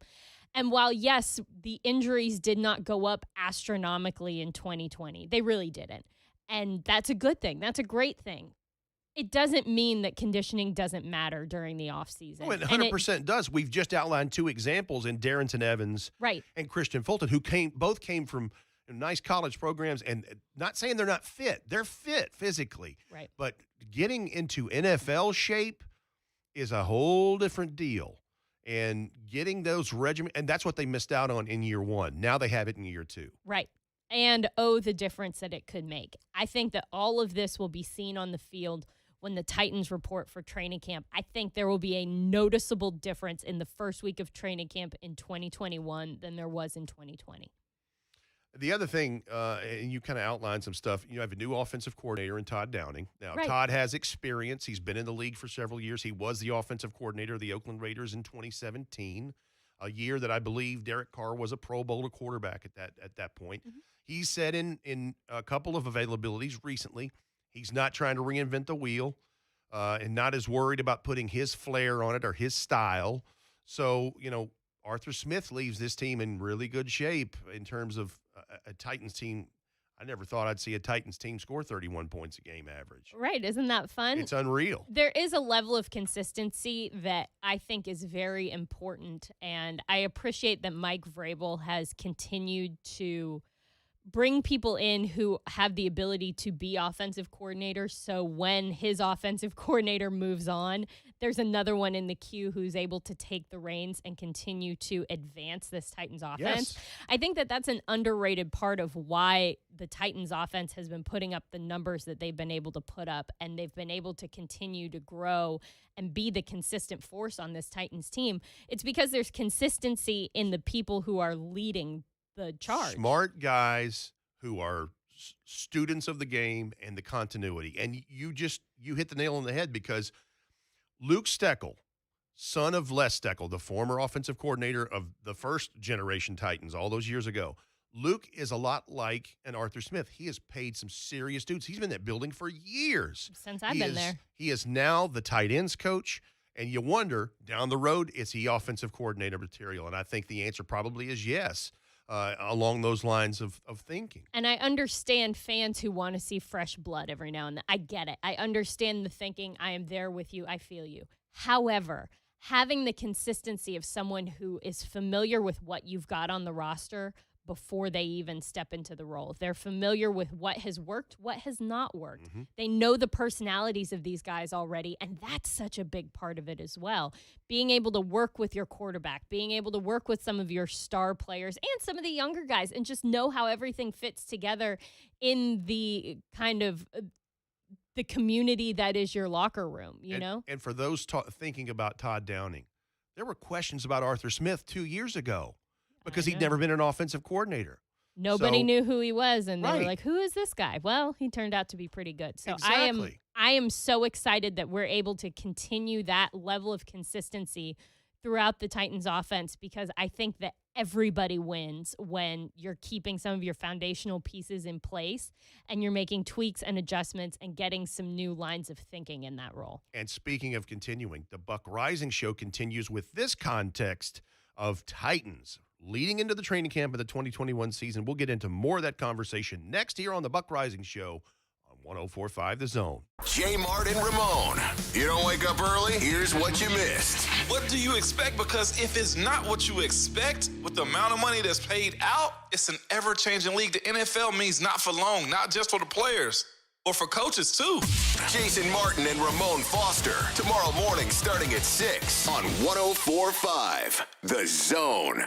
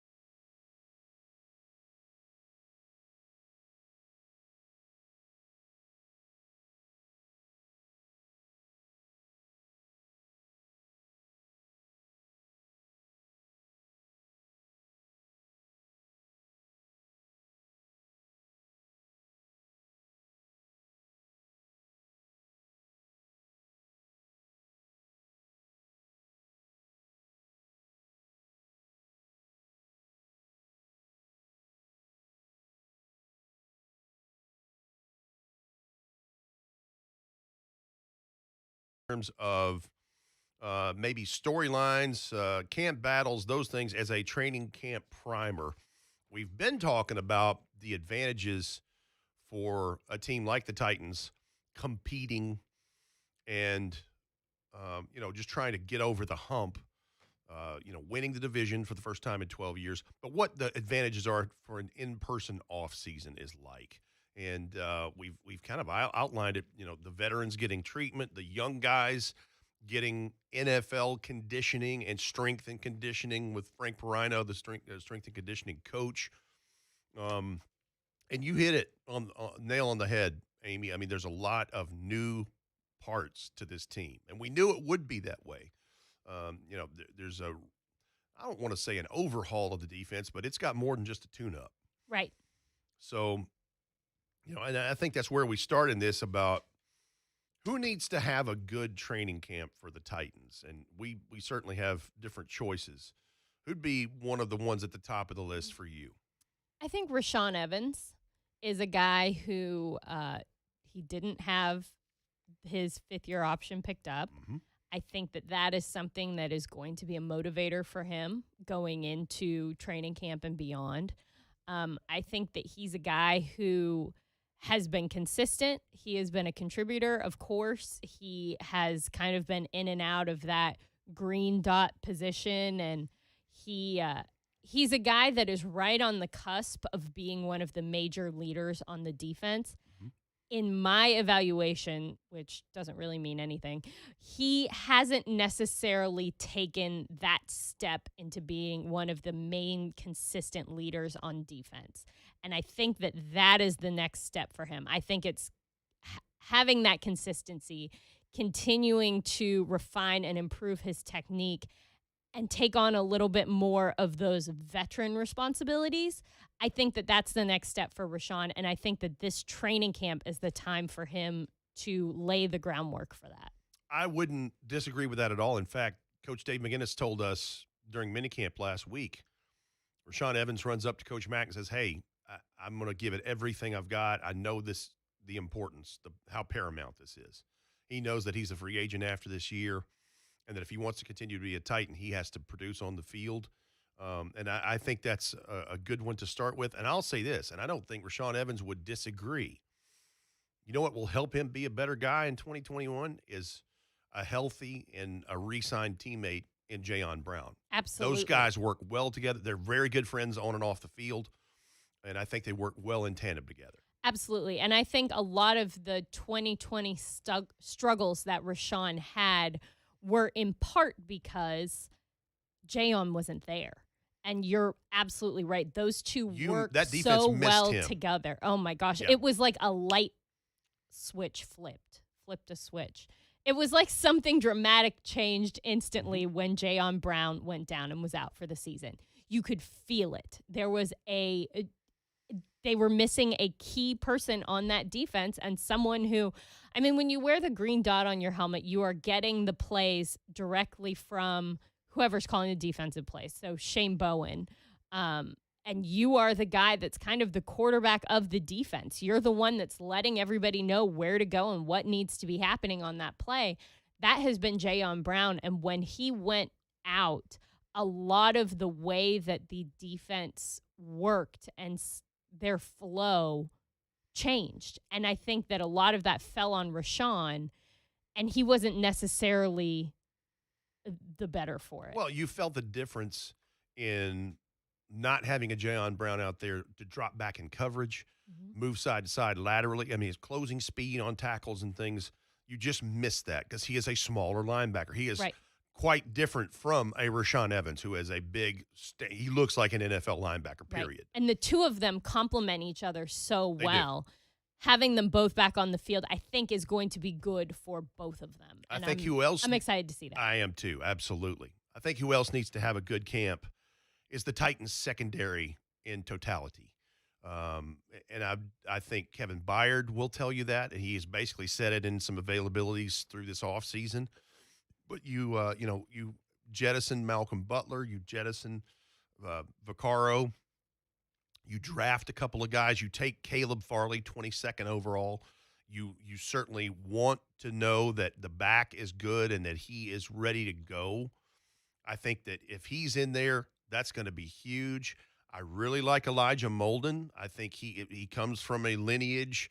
His father was a high draft pick and played, so he's been getting ready for this his whole life. His father, Alex, the former Saint, has helped him in that regard.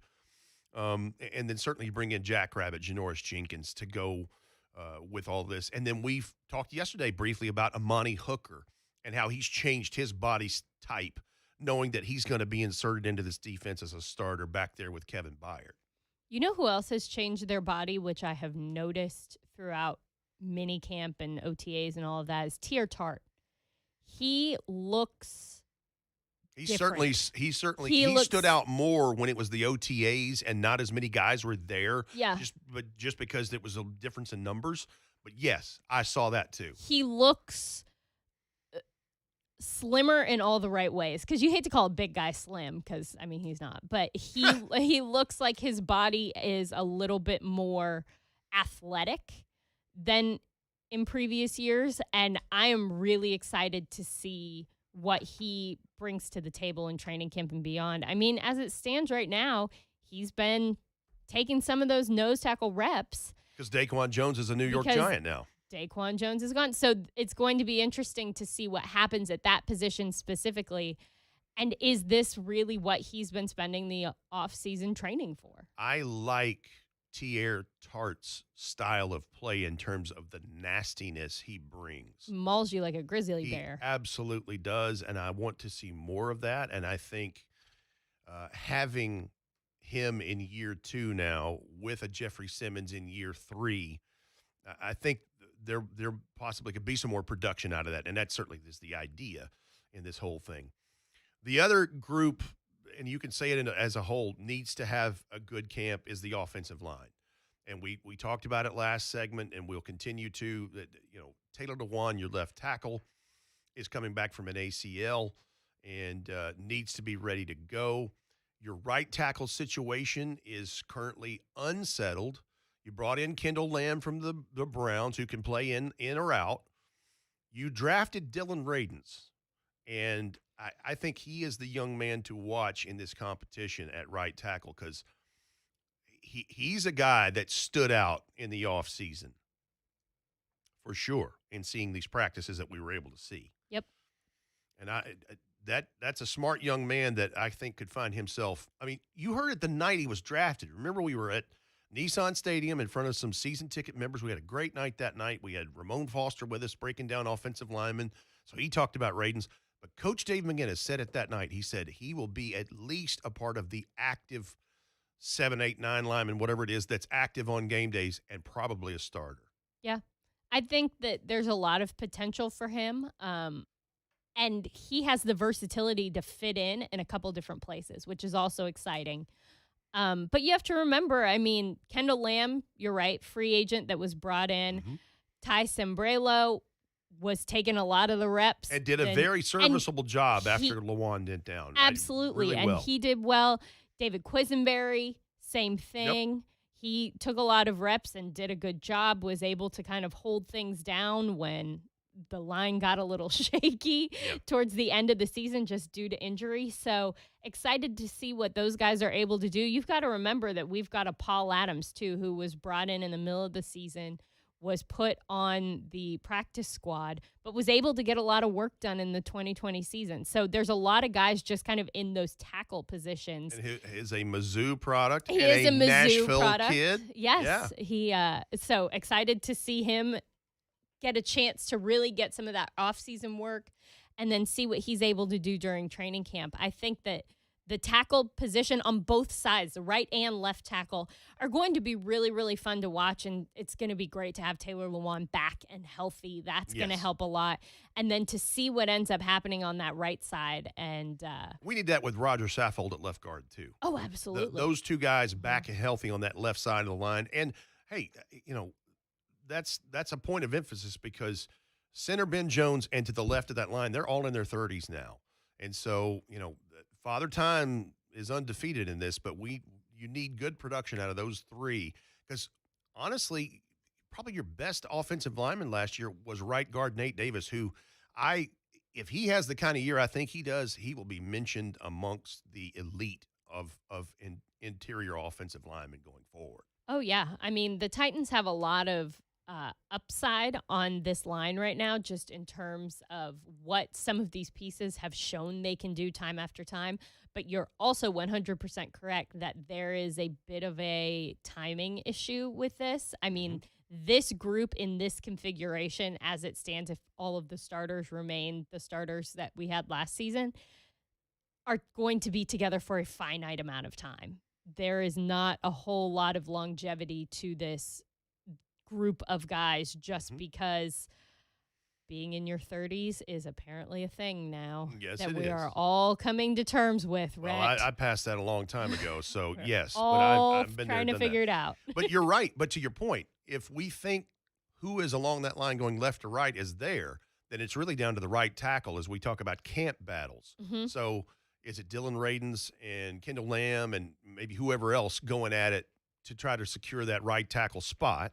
The good news is it looks like there's a lot of depth at this roster, a lot of guys on this offensive line group that have experience playing in a lot of different places along the line, which is what you want, especially when you don't have a guy like Dennis Kelly anymore, who is able to plug and play pretty much wherever on the offensive line. Having some guys that have experience in multiple places and provide that versatility and some depth, great for the Tennessee Titans. And I think that's a product of where football is going now. We talk about the 7-on-7 stuff. You know, Mike Detillier, our draft expert, says it every year. It changed the world. He's exactly right. Because how many of these offensive line prospects that we looked at draft-wise in the spring had played multiple games at left tackle, right tackle, and some of them guard. I mean, Elijah Vera Tucker from USC was a high draft pick because of his versatility. He's probably best suited as a guard in the NFL. Right. But he had experience multiple spots. Yep. That's so what you you're want a looking for. swing guy that can do that kind of stuff. Specialists. This is interesting. Now, not only is this something interesting to watch, but I also want to go back to who needs to have a good camp. Dane Cruikshank, when he's healthy, has proven to be a very good special teams player. It's what he was brought here to do. Yep. I've got an eye on number 29. But the kicker situation, you have Tucker McCann, who was on the roster all last year from Missouri. And then you have Blake Hallwell from Ohio State. I think he's the all-time leader in so many things with Ohio State. Kicked a 56, 57-yarder in college. You know, is there something in the works there? Do they bring in someone else? I don't know. But I think that's an interesting place to watch. I think tight end is something because I think right now it's Anthony Ferkser, Jeff Swaim, and then I think there's just the other guys that are competing in this thing. I don't think that John Robinson is done at the tight end position. I think there's another move to be made. Now, whether that's right before the regular season as massive cuts are made across the league, I don't know what that is like. But currently, I think I saw they're like $7 million under the cap. And so you could make a move. You still need to float money through the year. But I don't think that's done yet. But Anthony Ferkser right now is the leader in that room. And Jeff Swaim is right there with him. I think there's another tight end that is not on this roster that is in that room later. You bring up an interesting point, and that is that free agency this season looks a little bit different than in previous years, or I think it's going to look a little bit different because you're used to like the big wave right when the new league year starts and free agency opens. Then there's the draft. Then there's kind of a second wave. And then everything kind of dies down and there's just kind of little moves here and there. And it's basically free agent guys just waiting for someone to get hurt so they can kind of come in under the wire and fill in and bring that veteran presence. This year, I think that because the cap situation is the way that it is and teams are being so careful with their money this year, I think that there's almost going to be another little mini wave that comes right around the training camp time when either right before everyone reports or right after, around that time where you can get some guys at bargain prices, bring them in and see what they've got, and you can start to kind of churn the back end of that roster and still get some really good value players. And to Coach Mack's point about we don't know exactly what the taxi squad, the practice squad's going to look like this year. If it's a 16-player deal like it was last year, then that's where you have a Hassan French, the basketball player that they signed at tryout at tight end, the former St. Louis Billiken. That's a place to develop him, is on that role. But I'm looking at the undrafted free agents. Is there any of these that maybe have a chance to make the team?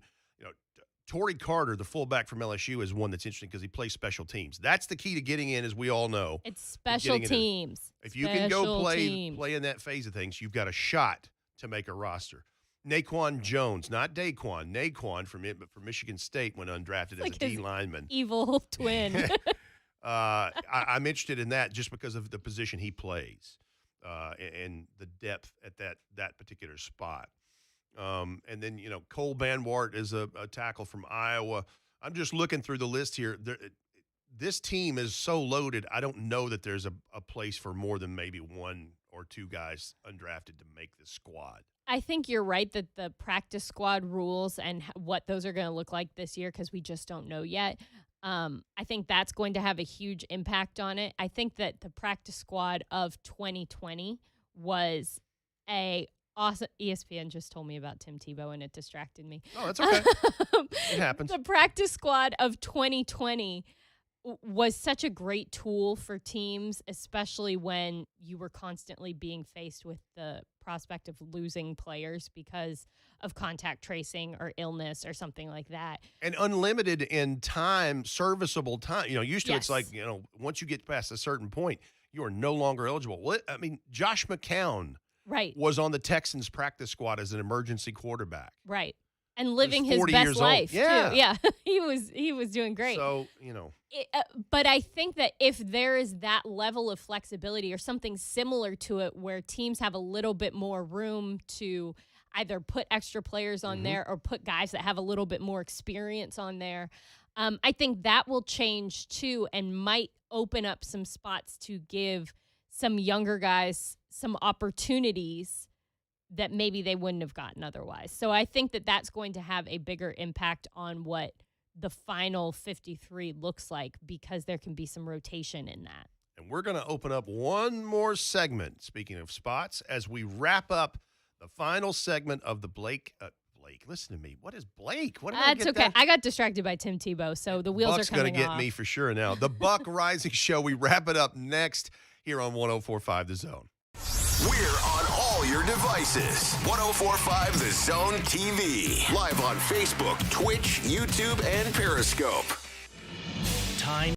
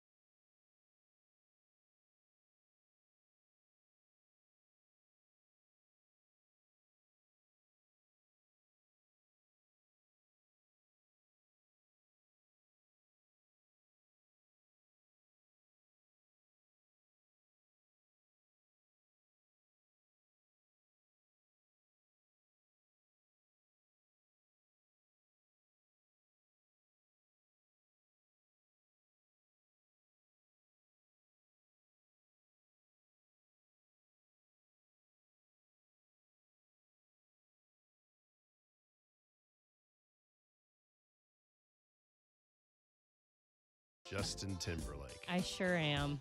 Is that his hometown? Millington? Uh-huh. Yeah, he's from right outside of Memphis. Outside Memphis, yeah. Yep. Well, he's a Nashville guy now. That's right. Through and through, buddy. We welcome you with open arms. I'm happy to hang out at any time. That's a talented young man right there, boy. He is a talented young man. No child of the 90s can exist without being a Justin Timberlake worshiper. If you're just joining us, we're talking more than just boy bands here. Unfortunately. From the 90s. We've been talking Titans all hour and kind of training camp primer, if you will. And, who needs to have a good camp? Basically, who needs to have a good year? Camp battles to follow and watch. And, I think the interesting thing out of all of this, to me, if I'm a Titans fan, the onus is certainly on the defense. And that's not a revelation because of the woes on third down last year and everybody going back and forth about who's the defensive coordinator or not, whatever. I don't care about all that. They brought in people to get this thing taken care of, especially on third down. And that's what's got to happen because the offense, yes, you lose Corey Davis. Yes, you lose Jonnu Smith. But you add Julio Jones to a rising superstar in A.J. Brown, arguably the best back in the league in Derrick Henry, and a guy who has resurrected his career in Ryan Tannehill. And an offense that, again, averages 30 points a game last year. And so, the Julio Jones thing just is the tipping point for me. I think all of that, and I'm not to say that they're not going to put in the work or they don't need to work. I think that's going to be fine. I don't have any concerns about that with all the givens, health, bounces the ball, whatever. The defense, I think, is the onus here. Yes, and I agree, and I think that most Titans fans also agree, and I don't think that that is lost on anybody at the Tennessee Titans. I think that there is a sense of urgency around making sure that this defense is correcting the mistakes of last season and then building upon the successes of last season. I think that that is something that we kind of saw throughout minicamp and OTAs and the offseason program when we were able to be at practice was that they are working on being consistent. They're working on playing fast, knowing what to do, and being precise in what they're doing. They're correcting mistakes as they come up immediately. Right. So that those things are taken care of and we can move on and continue to learn and grow, which I think is a testament to Coach Vrabel and the way that he coaches, the way that he teaches, and the way that he brings in people to teach in that same way. They are demanding consistency and precision. And I think that that's something that the defense lacked last year. They could make the plays. They just weren't consistently making the plays. Right. They could do what needed to be done, but then sometimes they were a little sloppy. And giving up third down on 3rd and short, not 3rd and 7, where you would think it would be. Yeah.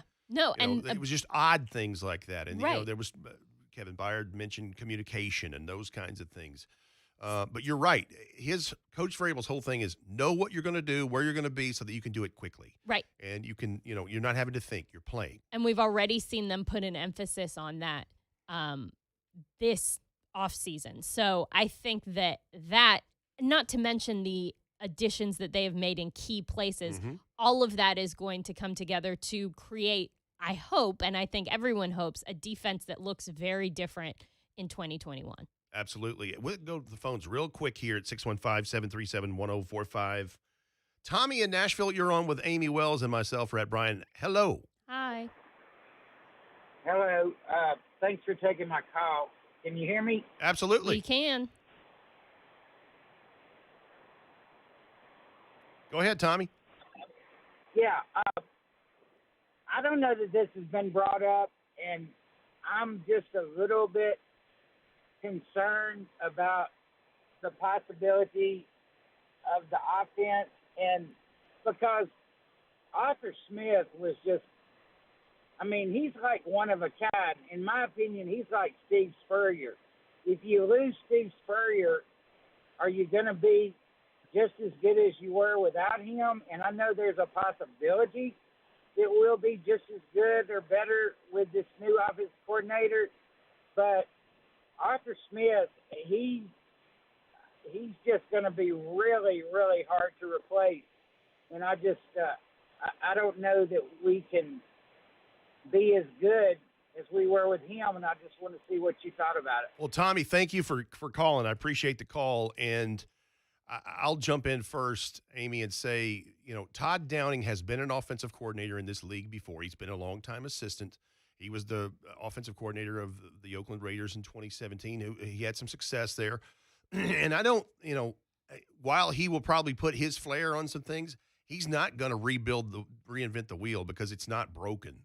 I think those guys collaborate a lot, and I would think that he would see some things in Arthur Smith's offense that he likes and wants to continue forward. Absolutely. And he was a big part of putting together the offense that we saw with Arthur Smith. Third down packages we learned? Absolutely. And a couple other things like that, right? Absolutely. So he played a major role, and the tight end coach traditionally has their hands in a lot of different aspects of the offense because tight ends are asked to do a lot of different things within an offense. So he's working with Tony Dews and the running backs. Right. So he's working with a lot of different position groups within the bigger offense, and therefore is working also very closely with Arthur Smith when he was a tight ends coach. So I think that there's a lot of carryover between those two things. And Rhett, to your point, the Titans offense is not broken by any stretch of the imagination. There are not too many things that you would walk away from just because, well, I'm in charge now. I mean, if it ain't broke, don't fix it. And you pepper in a Julio Jones now. Knock on wood, he's healthy and good.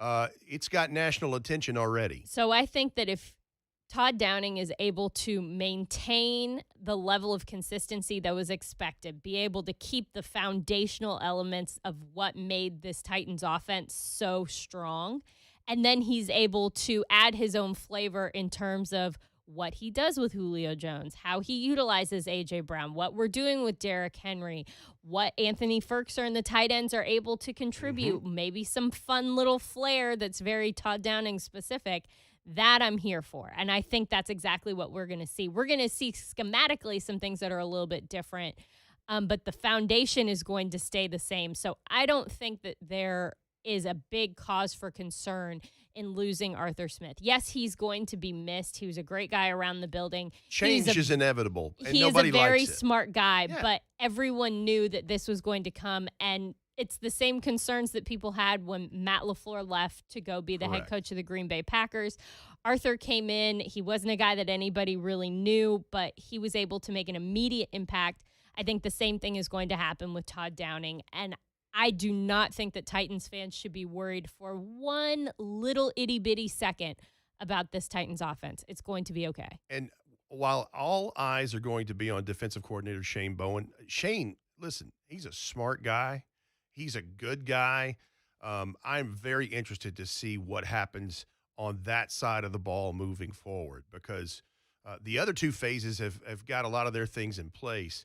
And this defense – I think about when they brought in a Chris Hope and a Kevin Mawae all those years ago when they had depleted the roster. Well, this is the opposite of that. You have a good pieces in place, but you brought in Bud Dupree, Jack Rabbit, Janoris Jenkins, Danico Autry, some veteran, stable guys to infuse in with your own veterans in a Kevin Byard and a Jayon Brown and Rashaan Evans and those guys and Jeffrey Simmons. We are enhancing. We are not replacing. That's it. Enhancing, guys. We hope we have enhanced the Buck Reising Show experience for you for these last 2 days. Amie, I'm so glad you joined me on this. This was a lot of fun. It flew by. We had calls. We had questions. It was really good. Rhett, this has been so much fun. Thank you for having me out here. I don't want to say Buck don't come back because that's not nice. And we need Buck to come back. But, gosh, this has been so much fun. It's been an absolute blast hanging out with you guys. And Buck will be back tomorrow at 10 a.m. as promised. And, don't forget the Vols are getting ready to throw first pitch here pretty soon in their elimination game in the College World Series against the Texas Longhorns. Lucas Panzica and Blaine and Mickey will all keep you apprised of those situations as they arise. Blaine and Mickey is on the way next right here on 104.5 The Zone. The biggest topics. Will Bowling hosts the Zone Daily Podcast. Delivered every morning at 5 a.m. on Apple Podcasts, Spotify, and the entire Zone.